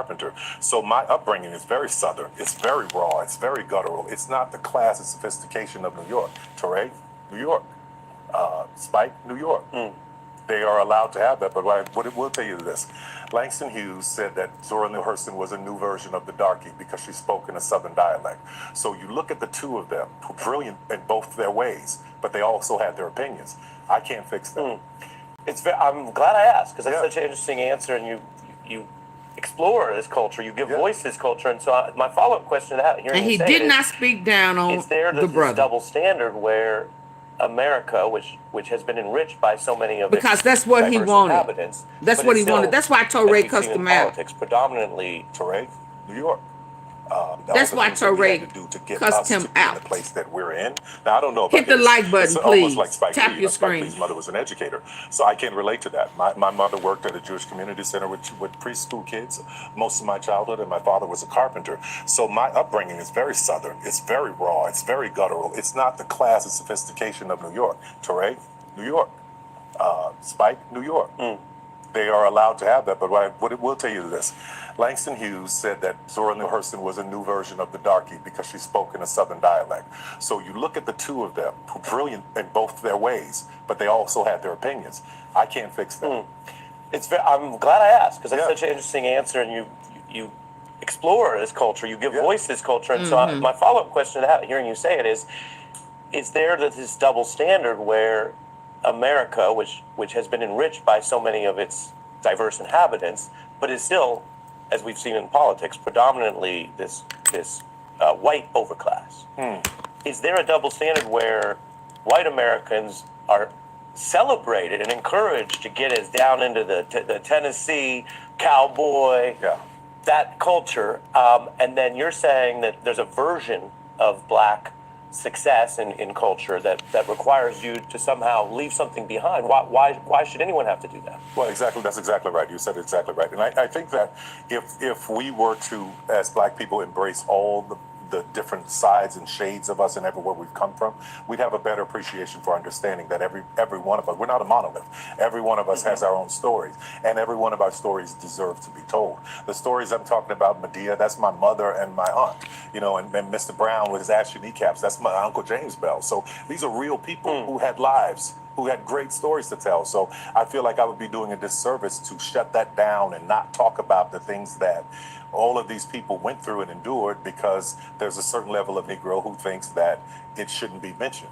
Yeah. Really interesting. Yeah. I'm going to remind people we have Medea, I believe, over the years across some different films. Yeah. Since you mentioned it, let's take a look. Oh, God. I mentioned it, you ain't have to show it. What was he doing? He was... Hey! You lucky you didn't swallow them bastards. Have them going there chewing up your esophagus. I say half of everything in here belongs to her. Which half do you want? You want this half? You want this half? You say yes, ma'am, to me. Yes, ma'am. He said, yes, man. The hell all y'all looking at? It's Christmas and I'm taking what the hell I want up in here. This is a nice lighter. Well, I'm watching you watch it. You're laughing, you're shaking your head. I mean, people share things. Saturday Night Live is something that people have shared over the decades. But if you go back far enough, they didn't include everybody.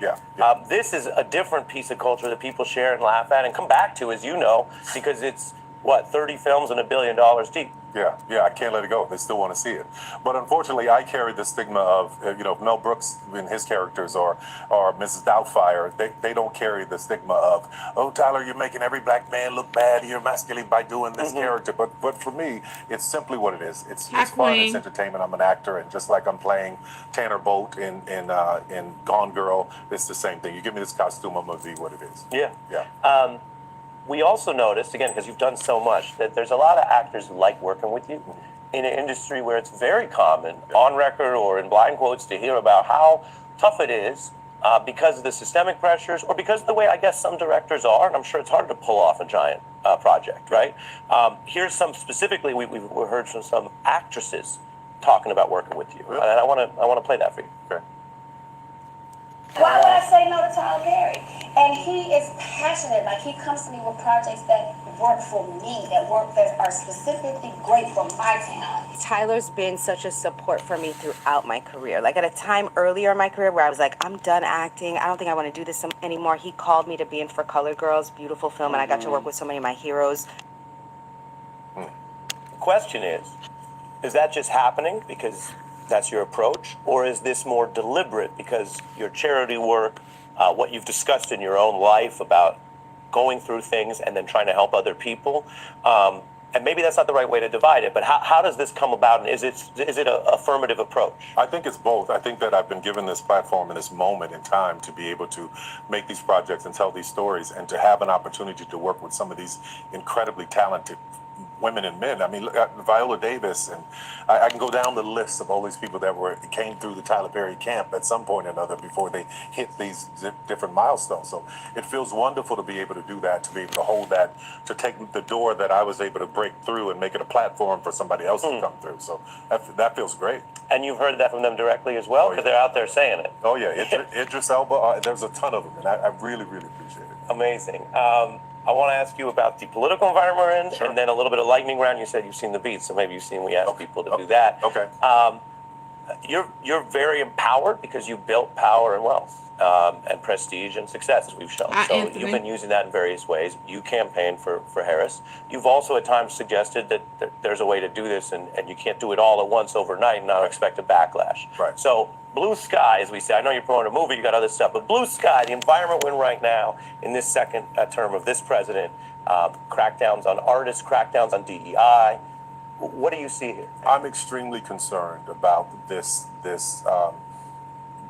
assault on the rule of law is the biggest thing that has me concerned right away, because if that's eroded and gone away and we end up in a constitutional crisis, then it's over. What do we have? And so many things are leaning to this administration's favor when it comes to the Supreme Court and some of the decisions that have been made. It's been mind-boggling to me that I'm just blown away that someone could actually do this. And I know that if Obama had done any of this, he wore a tan suit and it was a scandal, this entire country who supported him would have been in uproar. If he freed violent insurrections, who were serving 20-year terms for sedition.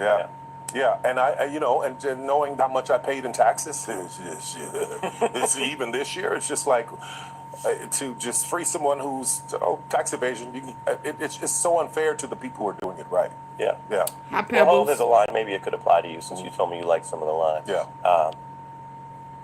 We don't shoot at the same baskets. We're not in the same bracket. And I feel like you could say that to most people who pay taxes, right? I really want to film that and send it to Hope so you can see you saying it. And you got to be proud of it to be at that level. All right, lightning round is pretty fun. Okay. All right. Atlanta or New Orleans? Ooh. Atlanta, because New Orleans was the backdrop for me getting everything I needed to make it in Atlanta. Yeah. Directing or writing? Writing. I can do it alone, by myself, singularly. Get it done. Finish this sentence. The industry still doesn't get Vegas.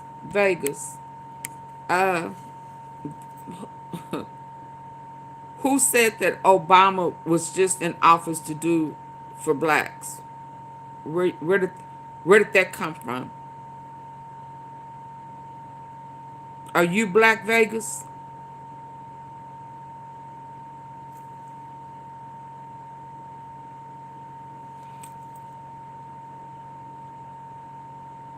Vegas, gamble. Are you Black? He never said that he ran for office just to do for blacks. So where you get that from? Okay, what made you think that he was just in office to do for blacks? See, that's your problem. You want somebody to do something for you. Do it for yourself. He was in office to run the country for all people. Well, you better retract it, because it has Vegas gamble. Obama didn't do anything for blacks. So you need to retract it. You sound like you thirsty. You want somebody to do something for you. Do something for yourself. He can't just do something for black people. He got to do it for all people. So don't come in here trying to down Obama. Y'all kill me. Okay, stop begging then. Stop saying what somebody didn't do. What did you do for blacks? What have you done for blacks lately? What have you done for blacks lately? What's your resume? Vegas gamble.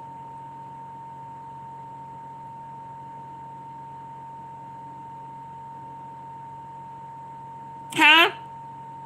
Because 3-4 years ago, Trump allowed y'all to steal and defraud the government with them fake ass PPP loans and paperwork that y'all filled out, and now they coming to hunt y'all asses down. So y'all patted him on the back because, oh, he gave us PPP loans.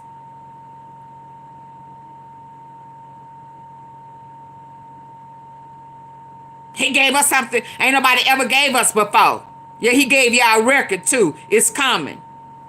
Yeah, shut up. Shut up.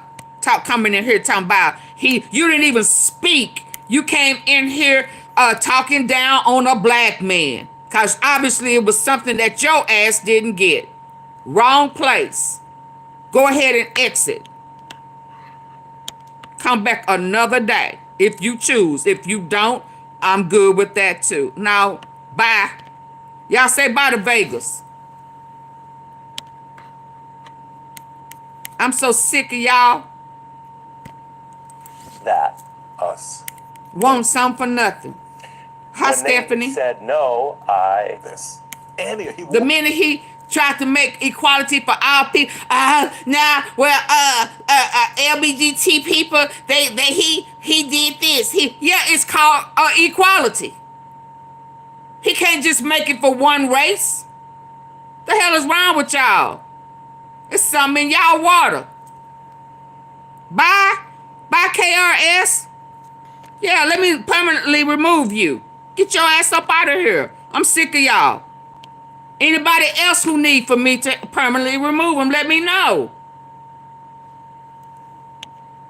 The truth will set you free. Bye.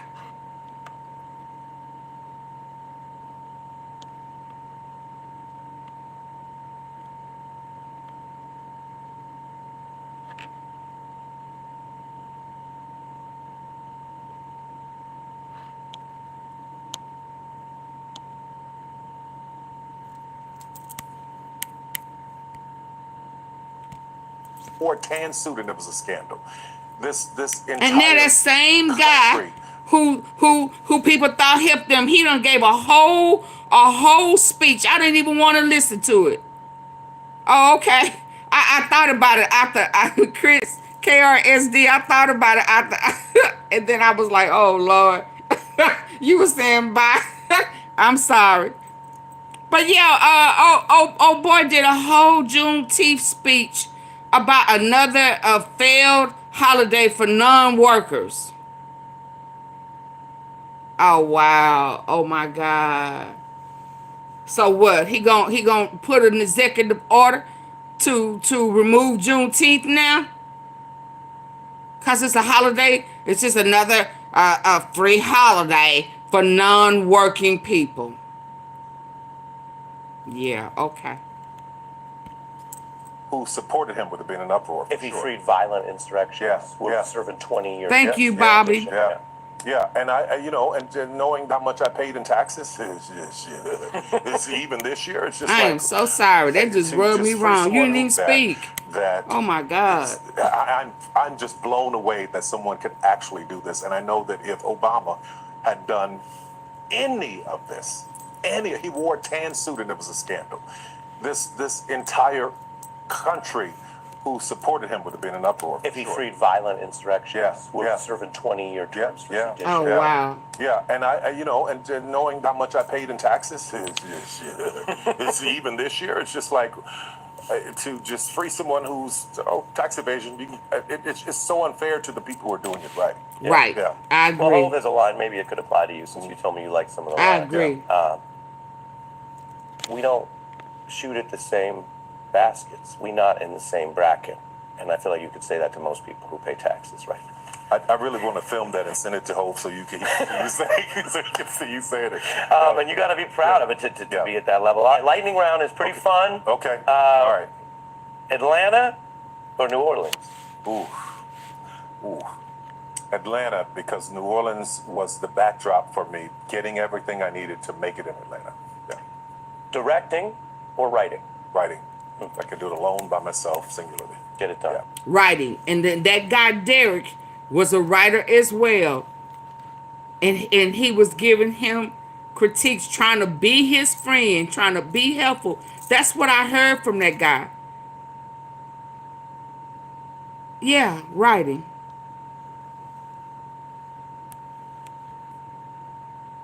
Thank you, Leo. Finish this sentence. The industry still doesn't get that. Us. They don't get us. When they said no, I blew the roof off the place. No, you if created I, your Tyler own Perry, was gonna studio. reboot one classic film. Ooh. Wow. Claudine. Claudine. The most important thing I learned from Oprah is everything. No one thing. Every single thing. Yeah. The difference between vision and hustle is the amount of time you put into each. Each. Okay. Final four. Okay. I thought it was over when nobody showed up to the first show. Yeah. A play or? A play, yeah. I thought 1,200 people would show up over the weekend, and 30 showed up. I was like, thanks, over. My rent payment, car payments in it, ended up homeless. So you were making art, but you're looking at the empty, nearly empty stands, and then you're not able to support yourself. But I'd always had this twin brain of knowing that the two have to work together, the business and the show. Yeah. Yeah. I knew I'd made it when The Color Purple premiered on Broadway, and I walked out of the back of the venue. First, Oprah went out, and the crowd goes crazy. Oprah. Then Tina Turner walks out. Tina. And then I walk out, and they go, Tyler. I was like, whoa. Oprah, Tina, Tyler. Yeah, I think I did all right. Wow. Yeah. Failure means try another way. Failure means. Success means. Still work like you're broke.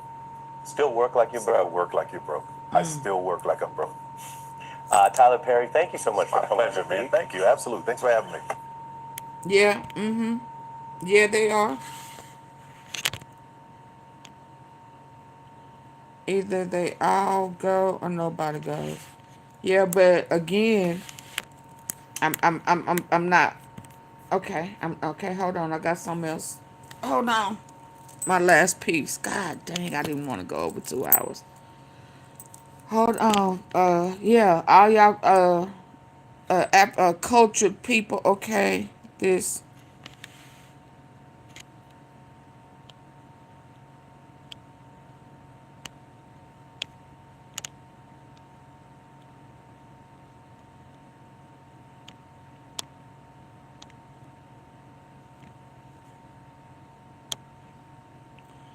Hi, Samacia. Is it Samacia? Hi.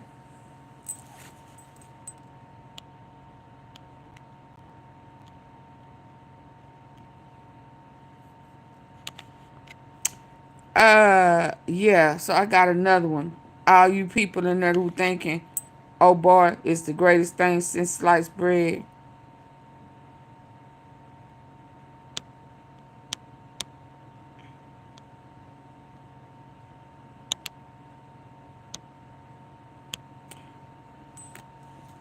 Hold on, y'all. Y'all former president. Up the likes. Also, if you have not done so already on YouTube after you Trump's subscribe, Juneteenth post says too many non-working holidays in America. So you get your notifications each time I drop a new video like this. That way, you'll be in the loop. I promise you, family. Too many non-working. An interesting. He's saying y'all broke, busted, and disgusted. I'm finna do away with that too.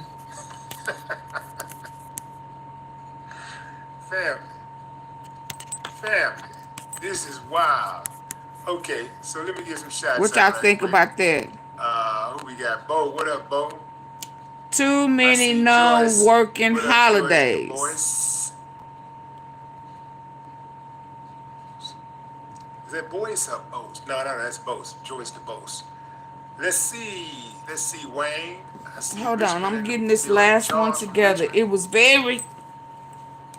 It was on Angela. point to what we talked about yesterday when we broke Isaac. down What's up, Isaac? uh Angela Dadnack. Tyler Perry, and Lisa. I talked about the rug. H-Town in the building. What's up, Tiana? Very Choo-choo. interesting. Hold on, I'm finna get to it. I'm trying to get to it. That reminds me, I got a homie named Chewy I gotta reach out to. There we go. I ain't heard from Chewy in a minute. Y'all, please double tap your screen. I do check on my people. You dig what I'm saying? Let's see. Barry Lou. Was it Barry Lewis? What's up, Barry?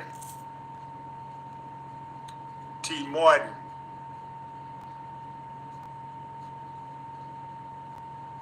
Who was that? Cass?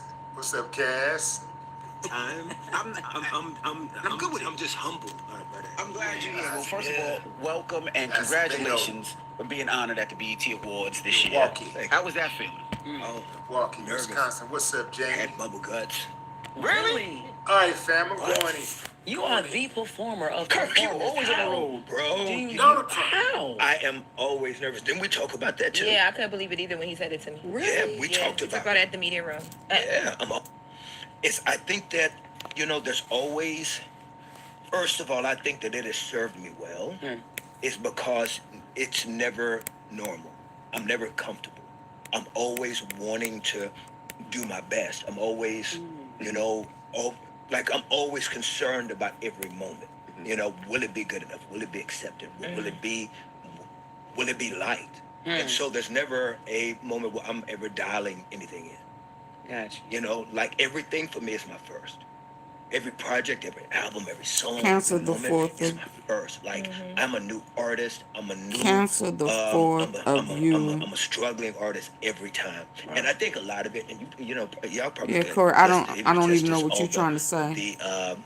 The guests that you've had that have come from traumatic backgrounds, childhood abandonment, adoption, and all that. Is he talking about the rug? Okay, so listen. If you are a troll, do me a favor. Do me a favor. If you are a troll, go ahead and leave. Cause we grown over here, and I'm trying to go a different route with my tea sippers. So if you in here to poke fun, to have something smart to say, go ahead and leave. Okay? Go over there where they play. Go over there where they troll. So, cause see, whatever messages some of y'all are trying to put them, you must have words and stuff. And I don't want to stop because this is very important to me. Cause we had a serious conversation about trauma. Hurt people.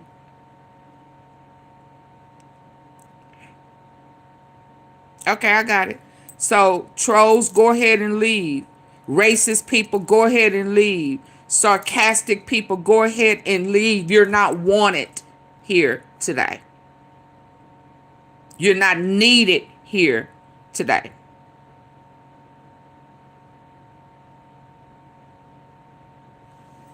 Okay? And if you're here and you want to stay to get this message, because we got people who need to heal. These men and women who are, have no worth, don't know their worth, they still up under the rug. Okay? So this is piggybacking off of our conversation yesterday about Tyler Perry. And it moved on. Oh, because I said I don't think y'all want to know the truth. Y'all don't want to know how I feel. Y'all not ready for it. And then we started going into why, and why we make excuses for the PDF file and victim shame the person who we were supposed to protect in our household. So if you here to play, leave. Let's go. Because this goes someplace. You're always chasing ghosts. You're always looking for that good job, baby, that mama didn't give you. He talked about he started off talking about abandonment issues. Yeah, every moment. He started off talking about why he still get bubble guts. I'm ever dialing anything in. Gotcha. You know, like everything for me is my first. He still needs approval. He still needs approval. I appreciate this in Kirk. He ain't perfect. I ain't perfect. Ain't nobody perfect. But I appreciate this. Cause he's touching. He knows about these things. He knows about the lies in the house. He knows about betrayal. He knows about a whole bunch of stuff. But we still, like I said yesterday, it is the facts. What you talking? Stop pressure. Stop pressure. That rug is the facts in our race, our household. So stop that. And the fact of the matter is, and he is man enough to say he deals with abandonment issues. Every project, every album, every song, every moment. But it gets deeper than that. I'm a new artist. I'm a new. I'm a struggling artist every time, and I think a lot of it, and you know, y'all probably even attest to all the guests that you've had that have come from traumatic backgrounds, you know, childhood abandonment. Our questions got to be put on. I think that you are always chasing ghosts. Super chat, super sticker. But yes, I did. I saw him. You're always looking for that. Hi, Kelly. Good job, baby, that mama didn't give you, that you didn't have in those formative years. So, yeah, every moment is nerves and new. And so at the BT Awards, I'm about to lose it backstage. I'm about to pass. I'm like, wow. And then I didn't know I was going last until like a week before. Remember we talked about that too. So I didn't know I was going last. Yeah, I was mad you went last. Sometimes it's not the words, it's the silence between them. 11 labs. So I didn't know I was going last. Yeah, I was mad you went last. I was mad. I Since do. You put somebody like that. I thought you loved me. You ain't supported me. Have you ever seen me a super chat or super sticker? I thought you loved me, cool guy. Wow, that's kind of y'all. But what I'm saying though, I thought you loved me. Pressure is like, why am I going last? It's like, you know, because you Kirk Franklin though. But I'm the gospel guy, and so you don't think of your genre having a space like that. You don't, you know, and you don't even expect it. Like it's almost like it's an honor for even the genre to be acknowledged and even part of the ecosystem, right? But when I found out that I was going last, I mean, yeah, brother, you didn't want to be sitting by me. Pressure was on, huh? Well, no, I was letting them go. So Tiana Taylor and Aaron Pierre was smelling the Lord. And I lied. I was like, oh man, who did that? Oh, wow. Kirk Franklin, the gassy. Wait. The gassy one. Because did you have gas when you were sitting next to me? I ain't smell nothing. Well, I wasn't nervous talking to you. Okay, great. Oh, that's good. Right. Because I'm not gonna lie. I've been telling people since I met you. It's my first time meeting you. It threw me off. I didn't know you were so like just normal. Cool and like so normal. What does that mean? No, I said you a real. She was like, he's a real nigga. I said, I've never felt like that about somebody. What do you think people like? What are people expecting for me to come in floating on clouds? Yes, a little bit. That's what people. And I think that's unfortunate. And I think that we got to find ways to still deconstruct that. I just think that it stands in the way of people feeling like that they can be a part of the family too. You know what I'm saying? Yeah. Like everybody can pull me and be part of this God love wagon. Yeah. You know what I'm saying? It's like and so it's always challenging for me when there's this ideal of what being a person that loves Jesus looks like. And so I want to be the lowliest, the most humble, the most realist person, so that you can see, man, that everybody's supposed to be on this bus. And we all supposed to be riding together, man. That's right. We don't always know where we're going, but we ride. Now, during the BET Awards, they kept showing you when Kevin Hart was doing comedy.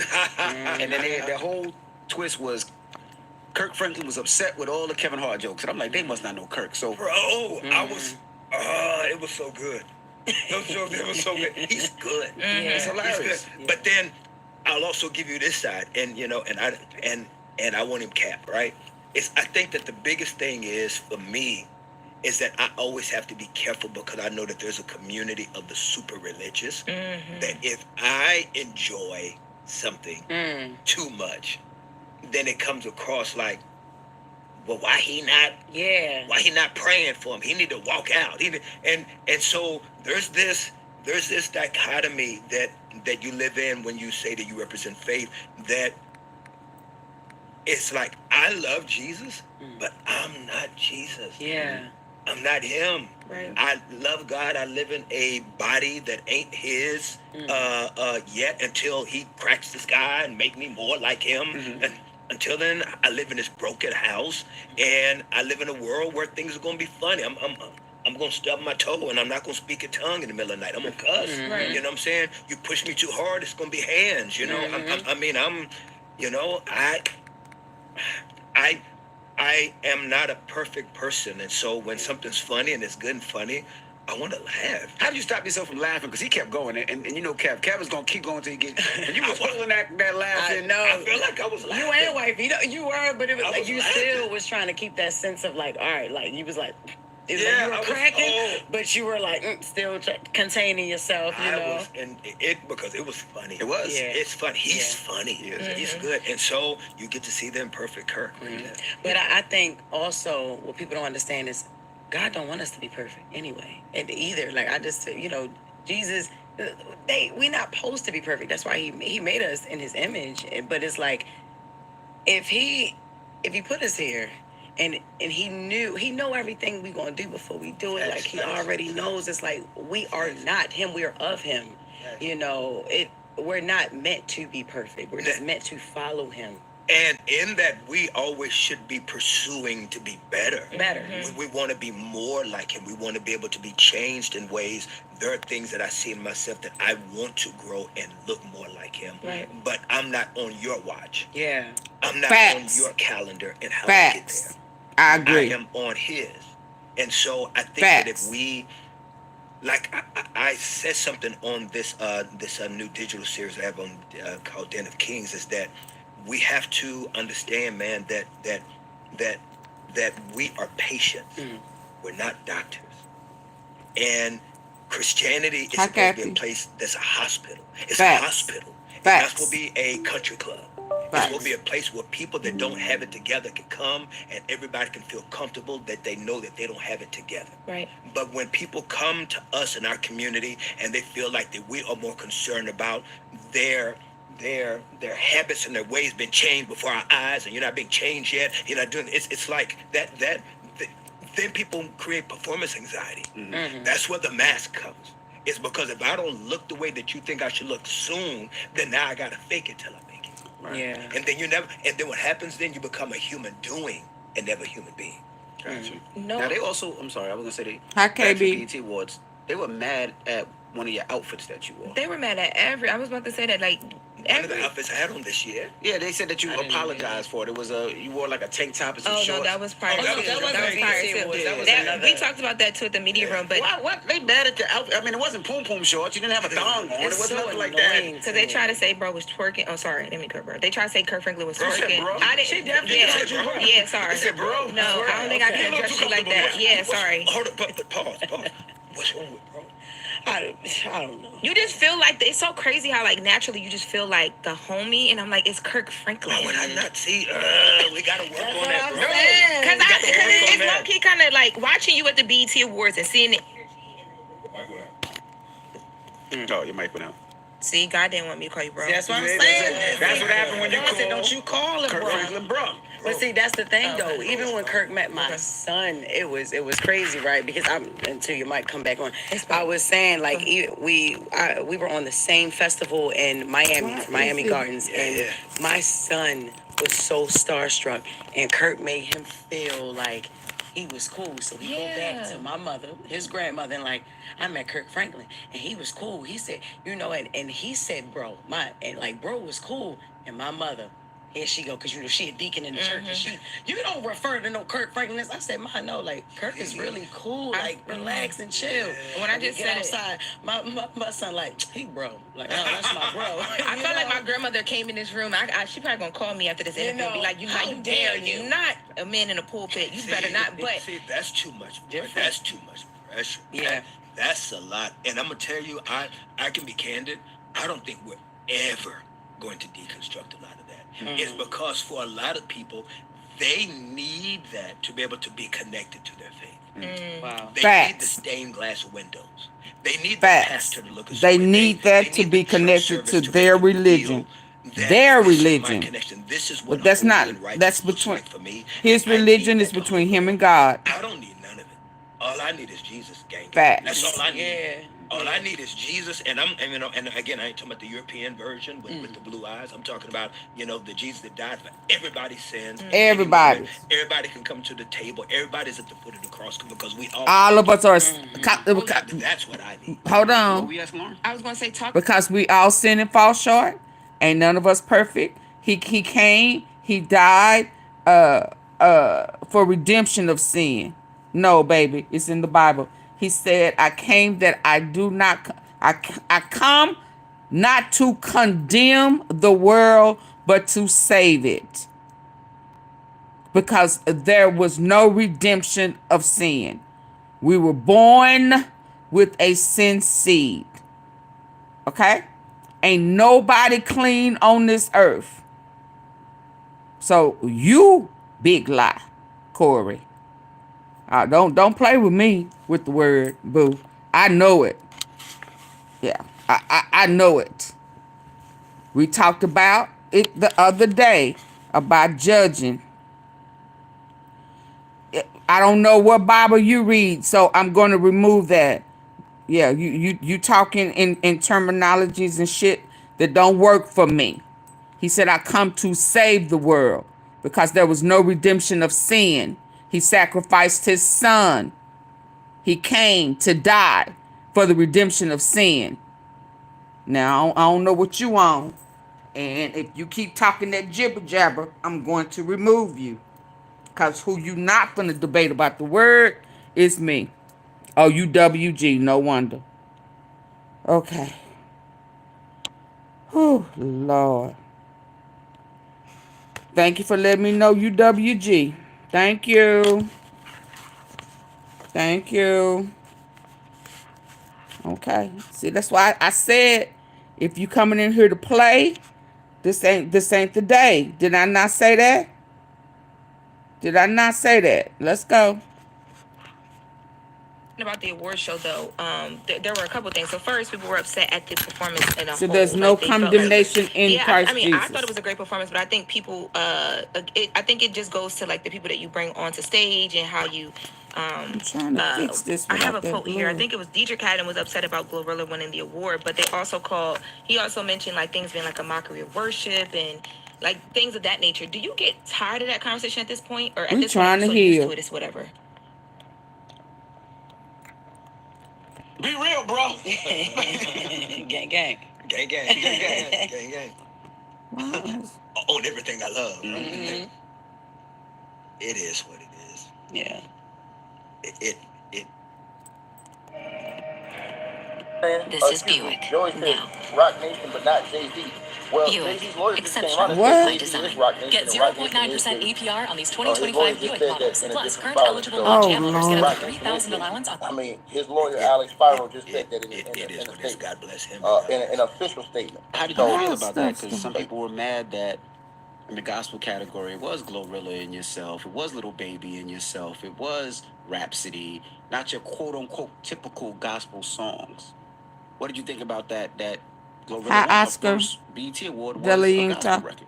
What are your thoughts on it, primarily gospel artists? I'm trying to keep my eyes on the prize. I'm trying to keep my focus on the things that really matter. I'm trying to tell the world about Jesus. I'm trying to tell the world that for God so loved the world That he gave his only begotten. Whoever believes in him shall not perish and have everlasting life. That's where I'm at. That's where I'm at. Everything else is just noise. That's where I'm at.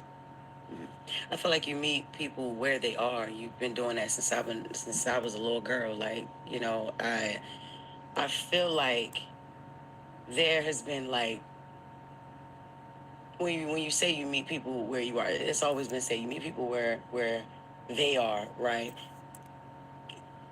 Christ and Christianity and church don't look the same for everybody. So if like a Glorilla can speak to us, the youth, young, you know, and you stamp it, and we like, oh, we know Kirk Frank. This is who all of our mothers and grandmothers and aunts played and growing up, and she, because she is the bridge. You know what I mean? Like she would be the bridge for that. And God uses everybody. Like he can use anybody. He can use a bum on the street. He can use a homeless person. He can use, you know, anybody. Hey, Yvonne. No, that's true. To lead, you know, so you can pay attention, to bring you to, you know, to God and Jesus. I feel like it's not. Why is that frowned upon? You know what I mean? There's a text in scripture. There's this moment where the disciples were talking to Jesus about people that were not part of their crew, that was also using his name and trying to do things in his name, and they were upset about it because they were not part of the crew. And so they came to Jesus. They pulled up, like, yo, man, you need to go pull up a little boy in there. They're over there saying your name and trying to do boo boo boo in your name, and we really need to squash that. And Jesus was like, yo, if they over there and they're still trying to do good things in my name, even though they're not part of our crew, I'm not gonna squash that. It's because they're still telling people my name. Yeah. And so I feel that it is the same, that today that Christianity has for so long been a country club. And you've had to have a membership, you've had to look a certain way. Like, let me tell you one thing that's funny to me is that people always say to me, and even Tammy sometimes, like, you know, like, y'all look younger now than y'all did when y'all first started. Let me tell you what a lot of that was. We were assimilating to what the church, if you were young in church, you had to look old to be thought of as serious. Right. Like, they didn't take you serious if you did not look a certain way. So Pentecostal church, long, you know, Kojic. the long jackets, you know, the square toe gaiters, you know. And Tammy probably had the big lampshade hats. Big lampshade, you know. First time I took it to Kojic convention, we were 25 years old, and you know, God bless Church of God in Christ, love Church of God in Christ, you know. But there's a certain aesthetic that sometimes you have on. Tammy, 25 years old, got a big old hat on, gloves, and she said, I felt like trick or treat. you know, because we were trying to assimilate. You're trying to do all the things to be accepted as a young person. And so now, I mean, we're just comfortable being who we are. And I just think that it is really, really important to just put people back on the focus of what matters. He's what matters. That's right. Now, what was the concept of Den of Kings? What inspired that? Bro, first of all, you gotta talk to the mic. Bro, first of all, bro. Pressure, if you hear, that's what you need to do. Your bro, and it's a beautiful thing. Use your platform for you, not on everybody else's platform. You, Pressure, if you still here. Where I hold court during dinner. Like, when you go to dinner with me, we're gonna chop. You know what I'm saying? We're gonna chop about politics. You know, we're gonna talk about religion, sex. We're gonna talk about whatever and get it in. And so during my birthday, I came to Atlanta. Well, I went to Atlanta, had dinner with some of my good guy friends, and they were like, "Yo, bro, you need to turn this into something." This, you know, because I've had really great conversations. And so with that, I just thought about having dinner with black men and what that could look like in that conversation. And so the first episode, shot in Atlanta, great food, chef, beautiful house. You know, you had Country Wayne, you had Lou, you had Duvall, you had DC, Young Fly, and it was an incredible moment. And the response has been crazy. I've been telling everybody I know to watch it. It's been amazing, hasn't it? Like, were you shocked at the response? Yes, especially with DC and how he gets deep and how y'all, man, I love that because that's my brother. I know. You know what I mean? He loves you. Yes. He loves you. Yes. And, you know, even Country Wayne, you know, like, just, you gave them that safe space, that vulnerable place where they can talk about things that they don't usually talk about. And they talk about, but they don't go in depth with it. You know what I mean? Like, you provide that. And I love to see that. And it has been, I mean, the response has been overwhelming. Like, it has been so, you know, we've got another one on deck coming up soon. And, I mean, you know, and it's just, you know, dinner conversations with men, with black men. And I'm humbled, and I want to thank everybody that's been tuning in and watching it. it's just been it's just been an amazing moment. And it's like men's therapy. It's like watching a men's therapy session. It's crazy. Yeah. It's crazy. Is each episode about fatherhood? Is going to be different things that men do? Different conversations. Next one is about being a boss. Okay. And you know, we are going to have so many conversations that are just really just kind of peeling back and just having a really great conversation. You gonna pull up on one? Of course. Don't play. I think Envy and Charlamagne. I think y'all be so amazing in the sit downs. Like I agree, D.A. Gordon. It's like a real conversation, non-judgmental as well. Non-judgmental, and I want everybody to feel safe. And I try to lead with vulnerability and transparency myself. So I try to create the environment that makes you feel safe and comfortable. Will there ever be a episode with you and your baby boy, your son? This part. Hold on. Who was here yesterday? Right here. Whoa. Whoa. Ooh. Now. We going to the rug. Here we go. Y'all ready? She asked him. Here we go. I need y'all to hear what you good here. Non-judgmental, and I want everybody to feel safe. And I try to lead with vulnerability and transparency myself. So I try to create the environment that makes you feel safe and comfortable. Will there ever be a episode with you and your baby boy, your son?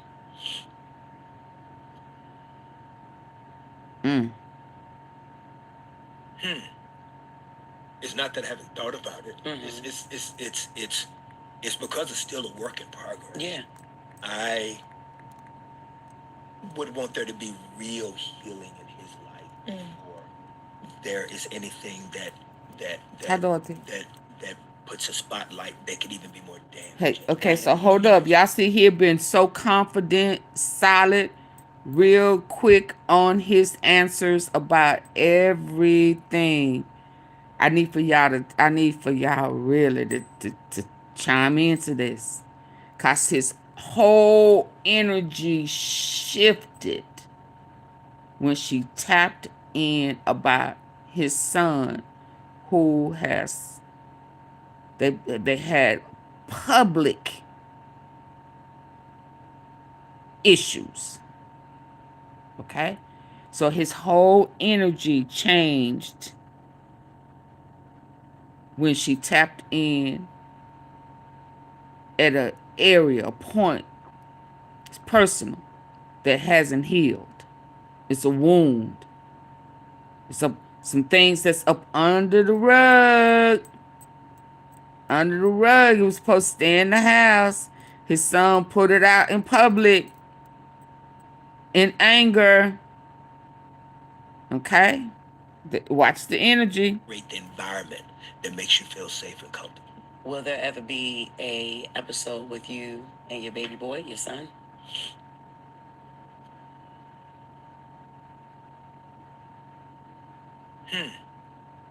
It's not that I haven't thought about it. It's because it's still a work in progress. Yeah. I would want there to be real healing in his life before there is anything that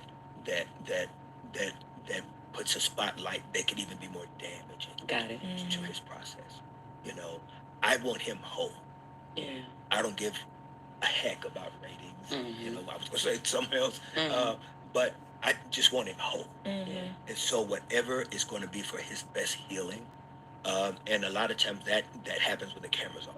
Yeah. What's your relationship now with him? It's still. Do y'all see? It's still work. Hold on. Are y'all here? Do y'all see his energy shift? His stumbling? His hands tapping his chin. He can't get it. He can't wrap his head around it. Are y'all seeing this? Are y'all still with me? Because this is what I was talking about yesterday if you was here. This 5-hour live yesterday when we tapped into folk hadn't healed. Are y'all still with me? Am I buffing? Can y'all hear me?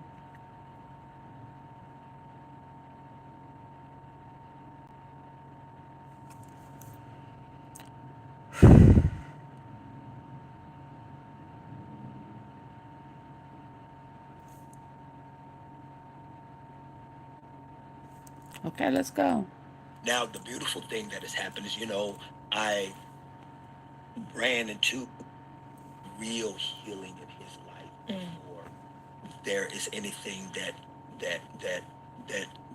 puts a spotlight that could even be more damaging. Got it. To his process. I want him home. Yeah. I don't give a heck about ratings. I was gonna say something else, but I just want him home. And so whatever is going to be for his best healing, and a lot of times that. Oh Lord. What's your relationship now with him? It's still work. It's still work. Now, the beautiful thing that has happened is, I ran into my biological father after all these years, and his was the most incredible thing about God. Everything that my oldest son needs, that's his profession. So hold on, y'all catch that? Wow. Biological father's profession. Did y'all hear that? And I think you can unpack that. Yeah. Right? Now we gonna unpack it. Did y'all hear that? So the healing that his son, what he's saying is a work in progress. He's saying that his son is still this, that, and the other. But he ran into his biological father. And his biological father. Yeah, I need y'all. Do y'all got y'all good ear on? I want y'all to hear from him. Baby, because this is powerful. Will there ever be a episode with you and your baby boy, your son?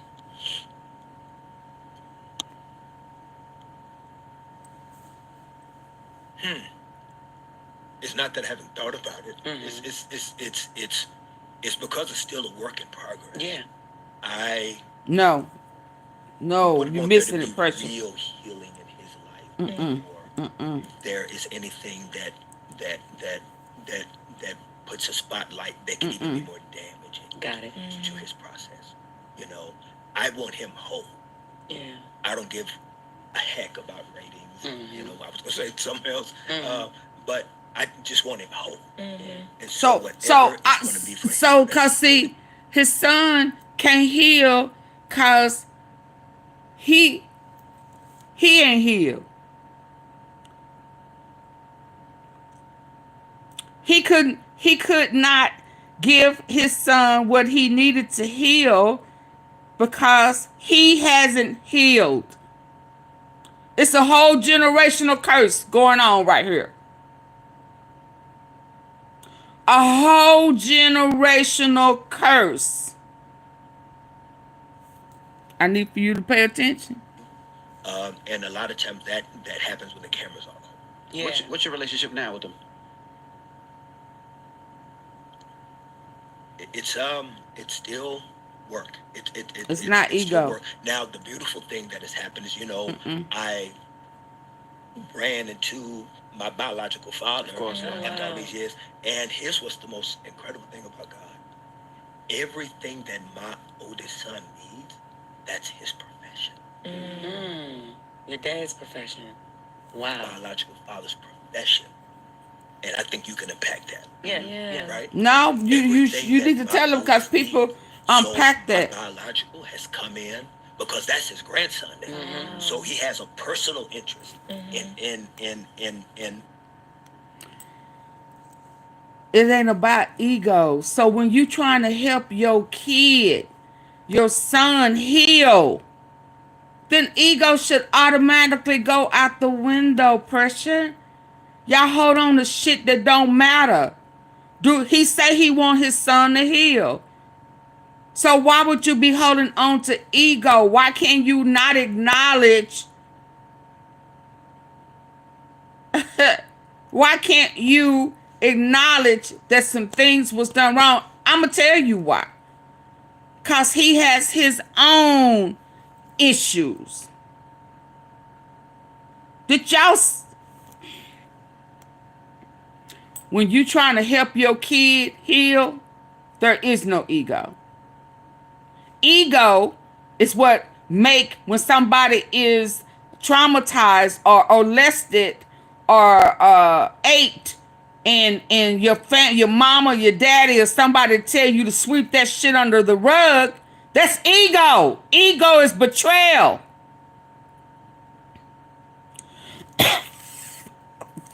Pressure, just like you won't ever understand a woman, but you be all up in Cassie's ass trying to tell her how she think. So go on, Pressure. Go on. And him being whole. I get it right here. Amazing. It's been amazing to watch. Yeah. But it's still a process. And how was that? Yeah, cause so his daddy, How's that been? his real daddy, biological has come in because that's his grandson now. So he has a personal interest in him being whole. And it's been amazing. So he couldn't help his son get whole. But it's still his biological daddy had to do And it. how was that relationship with your biological dad? How Well, has first of that all, been? let me say that he's an amazing man. He's an amazing. I love that you can say that. Oh, he's an amazing man. But it is more me. It's more because I wasn't looking for a father. He wasn't looking for a son. I mean, you know, I mean, we wasn't looking for. Remember, Are y'all listening to this right here? remember, and he died. Are y'all listening to this? And it's been amazing. It's been amazing to watch. But it's still a process. And how was that relationship with your biological dad? How has first of that all, been? let me say that he's an amazing man. He's an amazing. I love that you can say that. Oh, he's an amazing man. But it is more me. It's more because I wasn't looking for a father. He wasn't looking for a son. I mean, you know, I mean, we wasn't looking for. Remember, I thought I knew who my father was. Remember? Betrayal. He died of Betrayal. There go another betrayal. He thought he knew who his father was. So who betrayed him first? His mama. She lied. She lied. He thought he knew who his father was. And the man he thought was his father wasn't.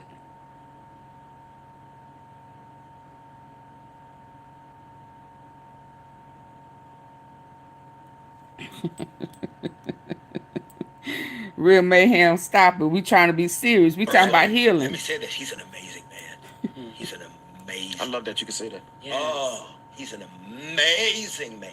So but it is more me. It's more because I wasn't looking for a father. So, I wasn't looking for a son. So this is why he could not give his son what his son needed. Cause he has not fully healed. It don't matter that you Kirk Franklin. It don't give a shit who you are. But he's still up under the rug.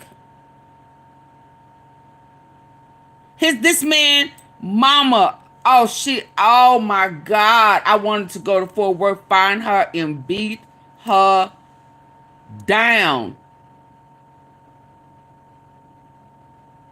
Because she refused to help him heal. Him heal. She was so rude, disrespectful. She was like, how dare you go find him? How dare you embrace this man? So a whole generational mess. So he couldn't help his son heal because he hadn't healed. His son is up under a rug, and guess what? He up under one too.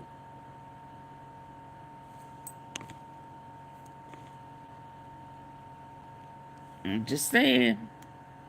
I mean, you know, I mean, we wasn't looking for. Remember, I thought I knew who my father was. Remember, and he died of cancer back in 2017. So now it's me. Like when you live your life so long on your own, it's almost like a woman who has been single for a long time. And if the guy say, "Don't get that door," and you kind of like, "What?" You know, you've got to kind of process. Okay, I ain't got to get my door no more. What does that look? You know, it's sort of like, oh, what does that look like?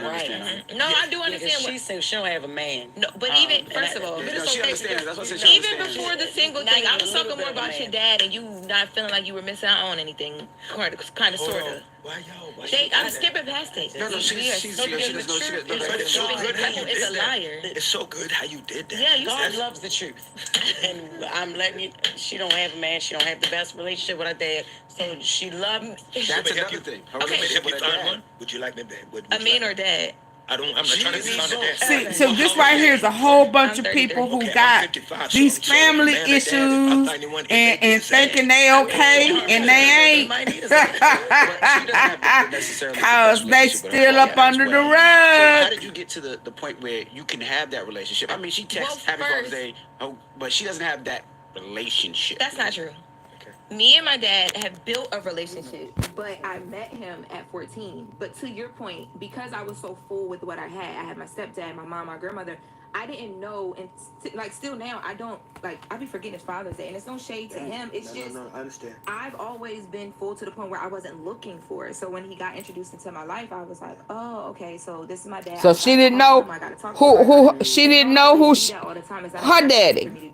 Y'all, are y'all listening? You got a whole bunch of people who really didn't know who their daddy was. I be forgetting his Father's Day, and it's no. I'm letting you. And she don't have a man. She don't have the best relationship with her. And they up here talking about her views on men.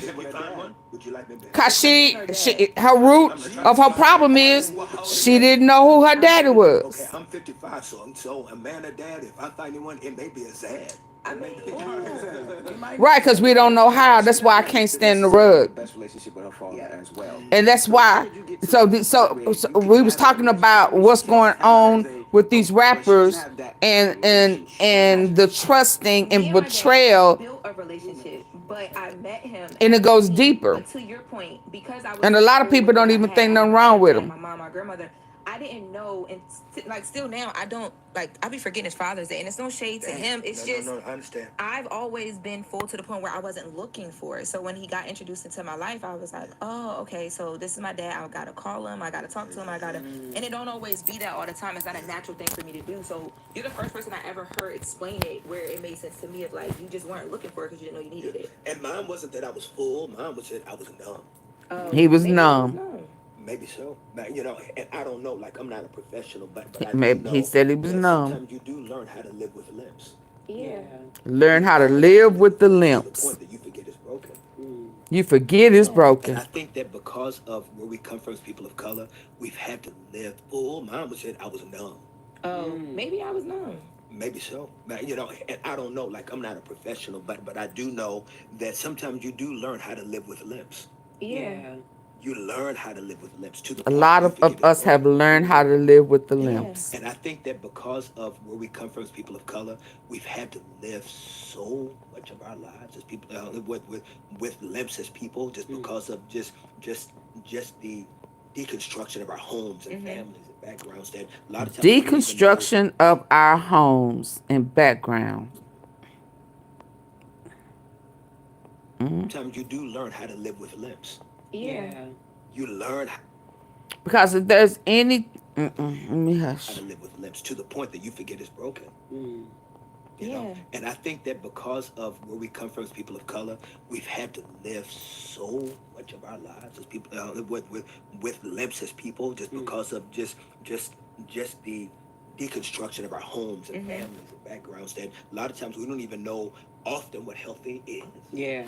What did he say? Oftentimes we don't even know what healthy is. And I think that because of where we come from as people of color, we've had to live so much of our lives as people with limps as people, just because of just the deconstruction of our homes and families and backgrounds. That a lot of times we don't even know often what healthy is. Yeah. It's because we've had to just live okay. We've never really lived well. We just live okay. Hi, Have Hendry. you had those moments with your biological dad where like y'all are yeah, that was so powerful. People with limps as people, just because of just the deconstruction of our homes and families and backgrounds. That a lot of times we don't even know often what healthy is. Yeah. It's because we've had to just live okay. We've never really lived well. We just live okay. Have you had those moments with your biological dad where like y'all are talking or y'all in the midst of something and you're like, oh man, like I feel it. This is what was missing at some point, or I could have used this at some point. Have you had that? No. I have lived so much with deficiencies that I'm still just trying to figure out. He has lived so a much lot of times with if I'm around him, deficiencies. I'm just trying to figure out how to be. Oh, wow. This was some of the most honest I had heard. And when I heard this morning, based off of the conversation that we was having yesterday, or I was trying to have with some of this issues with these ditties and what was going on with Tyler Perry, and and then now I'm like, wow, but to thy own self be true. That's why I was saying no to the ego. It ain't about ego. He's been living with deficiencies. He's more honest than you, Pressure. He is telling. So when people try, this is why we can't heal. This is why we can't heal. Because you want to throw up egos and man, oh, I'm a man. No, forget that. He's honest enough to say, I don't know, I can't, no, I've been, I don't know, I've been living with too many deficiencies. That has become his norm. That's his norm. So he don't know how to give it. And it don't matter how rich you are. It don't matter who you are. It don't matter to none of that. So when people, I realized today that some of the times when he just be out there being free on the stage, that is when he is just being free in himself. It's between him and God. He don't care nothing about none of that. Because this man has said, I have lived with deficiencies. My mama gave me up, who I thought was my dad. I reconnected with her. She comes back lying. Don't want to say she's sorry. Don't want to acknowledge it. Asking me why am I at all of this crazy shit. But if you love your kid, you would want them to heal. Can you help me? She told him no.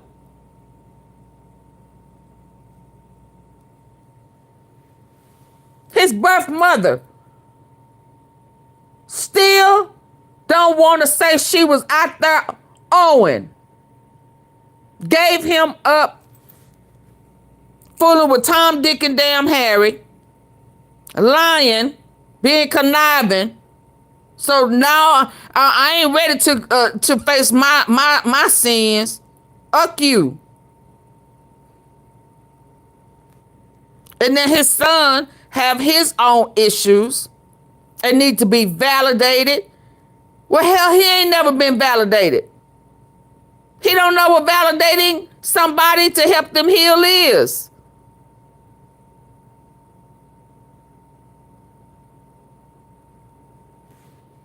And here his biological dad comes in, who lived right down the street.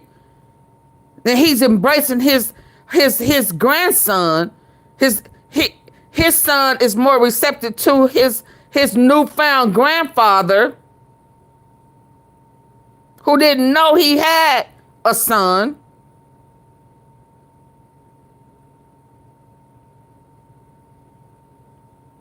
So this is that generational cycle shit I'm talking about.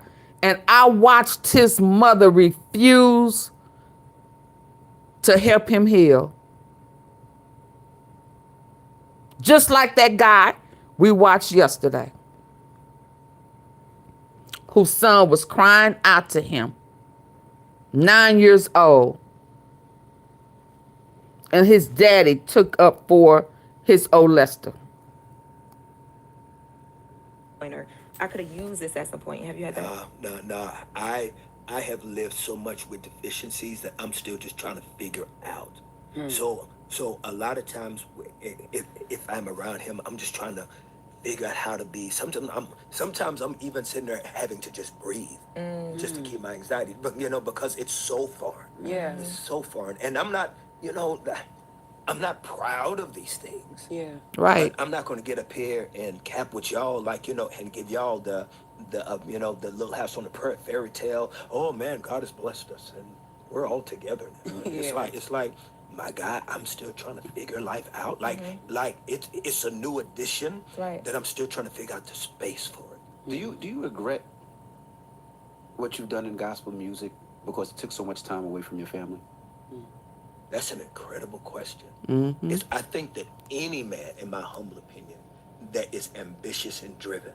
Right, Gina. A lot of us do. How the people around and nobody has an answer on how to heal because they still loyal to the rug.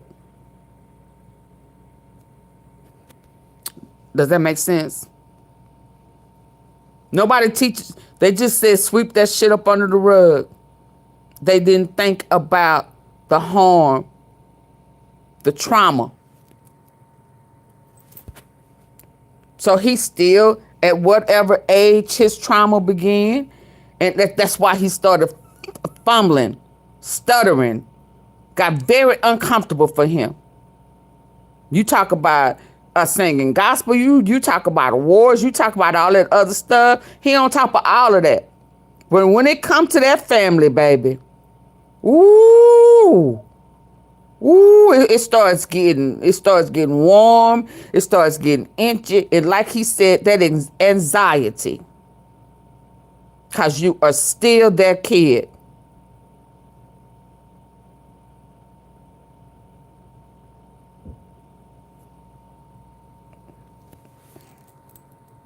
Brought joy to people. You probably saved 1,000,001 lives with your music and your dance and the word. But you might have hurt a couple in the family because you weren't there. So how does that balance out? And you know, as a father that works a lot, I feel that sometimes. It's like, damn, should I be home during this time? But I gotta pay bills. See, Den of Kings, because y'all talked about this on the show. Yeah. Ooh. Ooh. You know, you have many regrets. You have many regrets, and you have confusion. It's because it's almost like if you were not driven, if you were not. I don't think somebody telling you what's wrong with you. No, it's just helping you acknowledge or validating your trauma. Your trauma. See, and I know a lot of people do it, but you know, when a lot of females mess up generation, they mess up the lineage. You know, they be giving people somebody else's last name and, you know, making somebody else the daddy. They really ain't the daddy. And, you know, it's a lot of stuff that goes on. And parents, abusive parents, you know, telling their kids they ain't shit, ain't gonna never be shit. You just like your mama or just like your dad or whatever. We just don't think about trauma. All a lot of us would have heard was, get over it. Stop crying. I don't want to hear that. You got a roof over your head. Hell, I'm tired too. I'm hurt too. You ain't the only one. It happens all the time. How you gonna heal with that? All you have to say, you know, it's just acknowledge. I watched that episode where this man's mama refused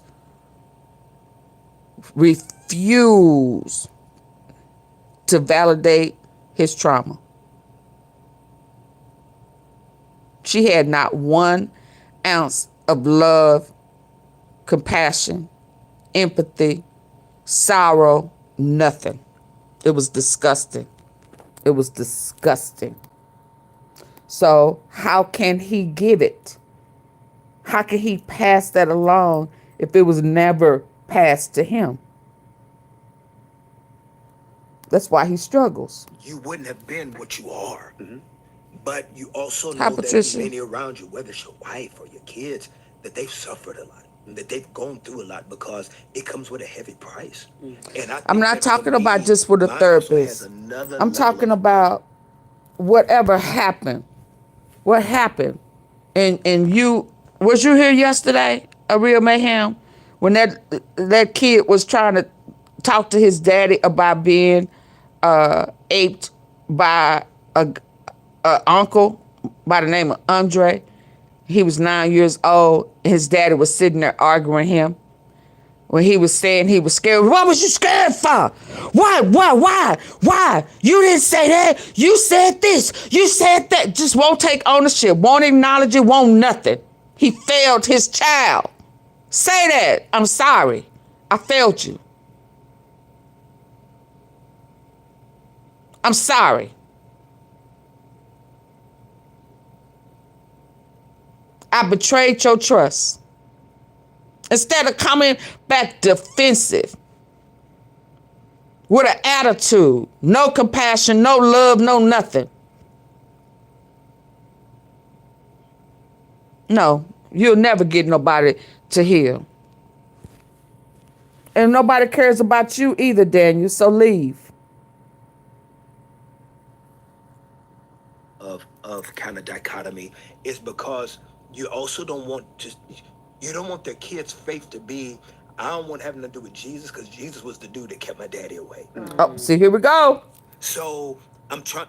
Here we go. Because it can be so deeply rooted. And I think that for me, mine also has another level of kind of dichotomy is because you also don't want their kids' faith to be, I don't want having to do with Jesus because Jesus was the dude that kept my daddy away. So I'm trying, you've also tried to have that nuance space in that too. Now, the beauty of my children is their mother. My children are great because of their mama. Tammy is like, she just that Midas touch. But then her mama was that. Tammy's mama was that. Tammy's mama's like that with me. I did it yesterday. Go back and watch. Please go back and watch the video yesterday, Real Mayhem. Yeah, you live with a lot of... what you want me to do, it was done. It was done. I did all that yesterday. You late to the party. That internal war of I gave prime examples. And wondering what it would have been more like for you to be at home, but then at the same I gave my own testimony. So go back and watch it, The Real Mayhem. And ambitions and songs. You're welcome. I wake up in the middle with songs and it was the one that was 5 hours. Basketball game, and I gotta step outside to put something in my phone because if that song don't work, then I can't pay for that school, and I can't pay for that college. I can't pay for that new car you want after you graduate. It's like there's that tension. Right. It's because people are blessed by your sacrifice, but then they're also hurt by your sacrifice. Okay, y'all. Y'all have a good night. I'm finna go. Bye-bye. I'll see y'all tomorrow. I think that's it. Oh, no, it's not. Hold on. And I don't know all the answers. I just try to show up and be honest. Oh, I don't know all the What's answers. your mentorship to other I don't know people all like the these answers. days? 'Cause I know try Diddy to Kings, I show felt like up when I was and watching be it, it was honest. That tension. Right. It's because people are blessed by your sacrifice, but then they're also hurt by your sacrifice. Yeah. And I don't know all the answers. I just try to show up and be honest. Gotcha. What's your mentorship to other people look like these days? Because I know Diddy Kings, I felt like when I was watching it, it was that like you were mentoring these men, but they just came together randomly. Do you have like a set group of people that you're mentoring? And do you take the time to do that? Maybe mentoring right now in these days and times does look more like that. Maybe it doesn't look as traditional. Oh, okay. It's I don't know. It's I just try whenever I try to show up wherever I am, I'm always trying to be the book that people need to read. And so whatever that looks like, I'm always available to do it. It may not always look in the traditional form. It's because sometimes in traditional forms, like I remember doing a youth camp. I did a youth music camp for the hood back a few years ago, and it just didn't go well. And the reason why is because what I noticed is that if Steph Curry does a camp, if Steph Curry does a basketball camp, and you can figure it, you probably can do this interview. Kids that come to a basketball camp, they're not looking for Who are you, The Real Mayhem? because they know that it's still a process. They know a coach and a team. So Curry can do a basketball camp and, show love, give out some treats, whatever. But A daddy is not pulling him to the side going, yo, man, you think you could talk to a team from a board? Where when I do a music camp, demo tapes and everybody, it's like they see my world more accessible. So I'm not getting a chance to really mentor. I got a whole bunch of people just kind of want to be put on. Right.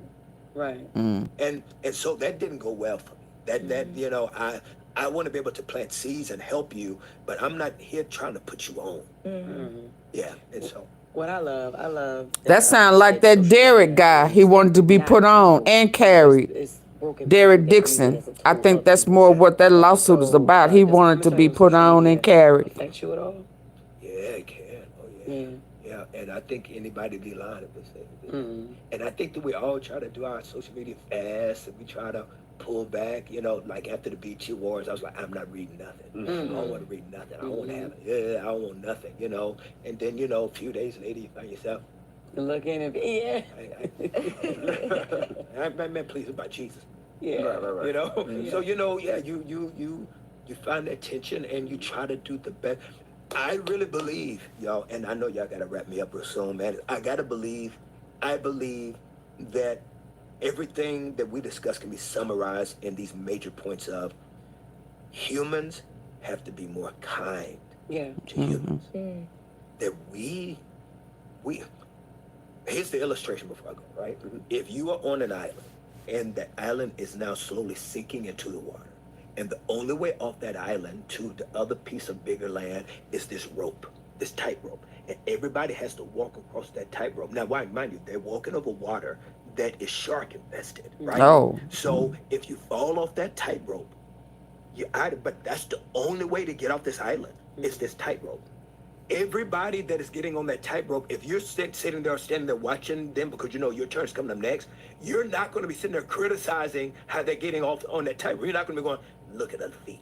Look at the feet. She's not even walking on it, right? Look at that. You're not doing it because you know why you're not doing that? Because you know you're next. So you're sitting there going, please, man, oh God, please let her make it. Please. She made it.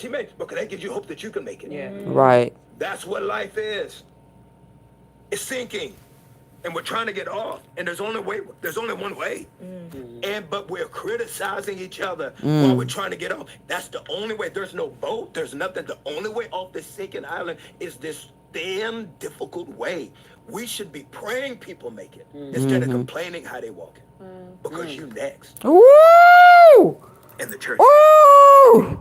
Hey. Each other while we're trying to get off. That's the only way. There's no boat. There's nothing. The only way off this sinking island is this damn difficult way.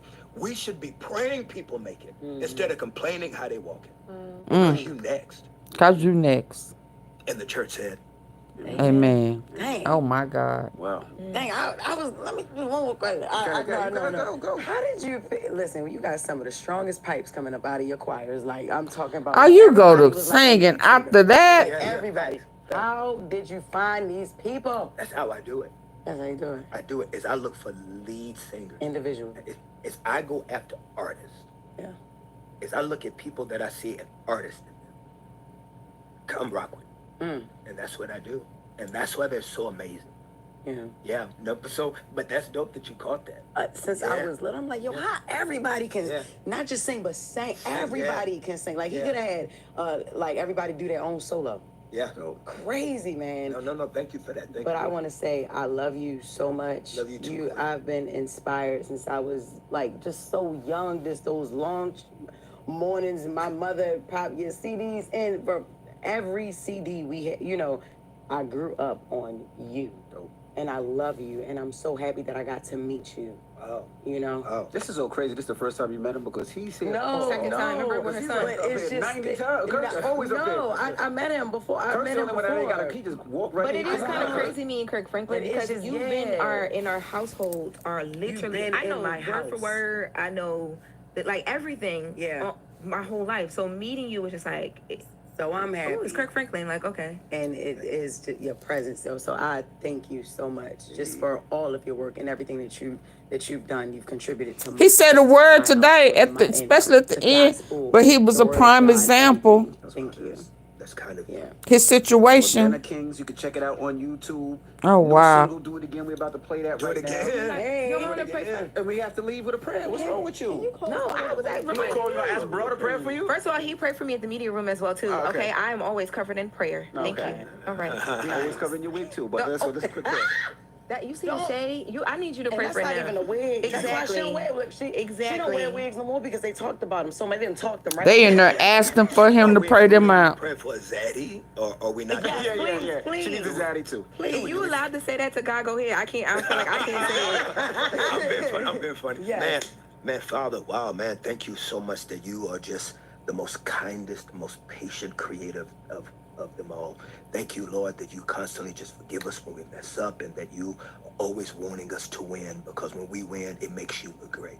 Father, we know that the world is crazy, and Father, I want to thank you for these 3 soldiers, for 4 soldiers, and how they are doing their best to try to plant seeds of goodness in the earth. Just watch over their families, watch over their lives. If we've ever needed you before, we need you in the world now. Please break down the walls of religion so that we can be able to see the light of your Son. And I'm talking about your Son, S-O-N. And Father, we want him to be glorified in our lives. We are far from perfect, messed up, and we love the fact that you take the lemons and make lemonade in our lives every day. Thank you for not giving up on us. We want to make you proud, want to make you happy. In your name, Jesus. Amen. Amen. All right. Well, there you Amen, y'all. Franklin. Okay. Good morning. Okay, tea sippers. We have had some tea today. We have ate, and it's time to go to sleep. Thank y'all. Mwah.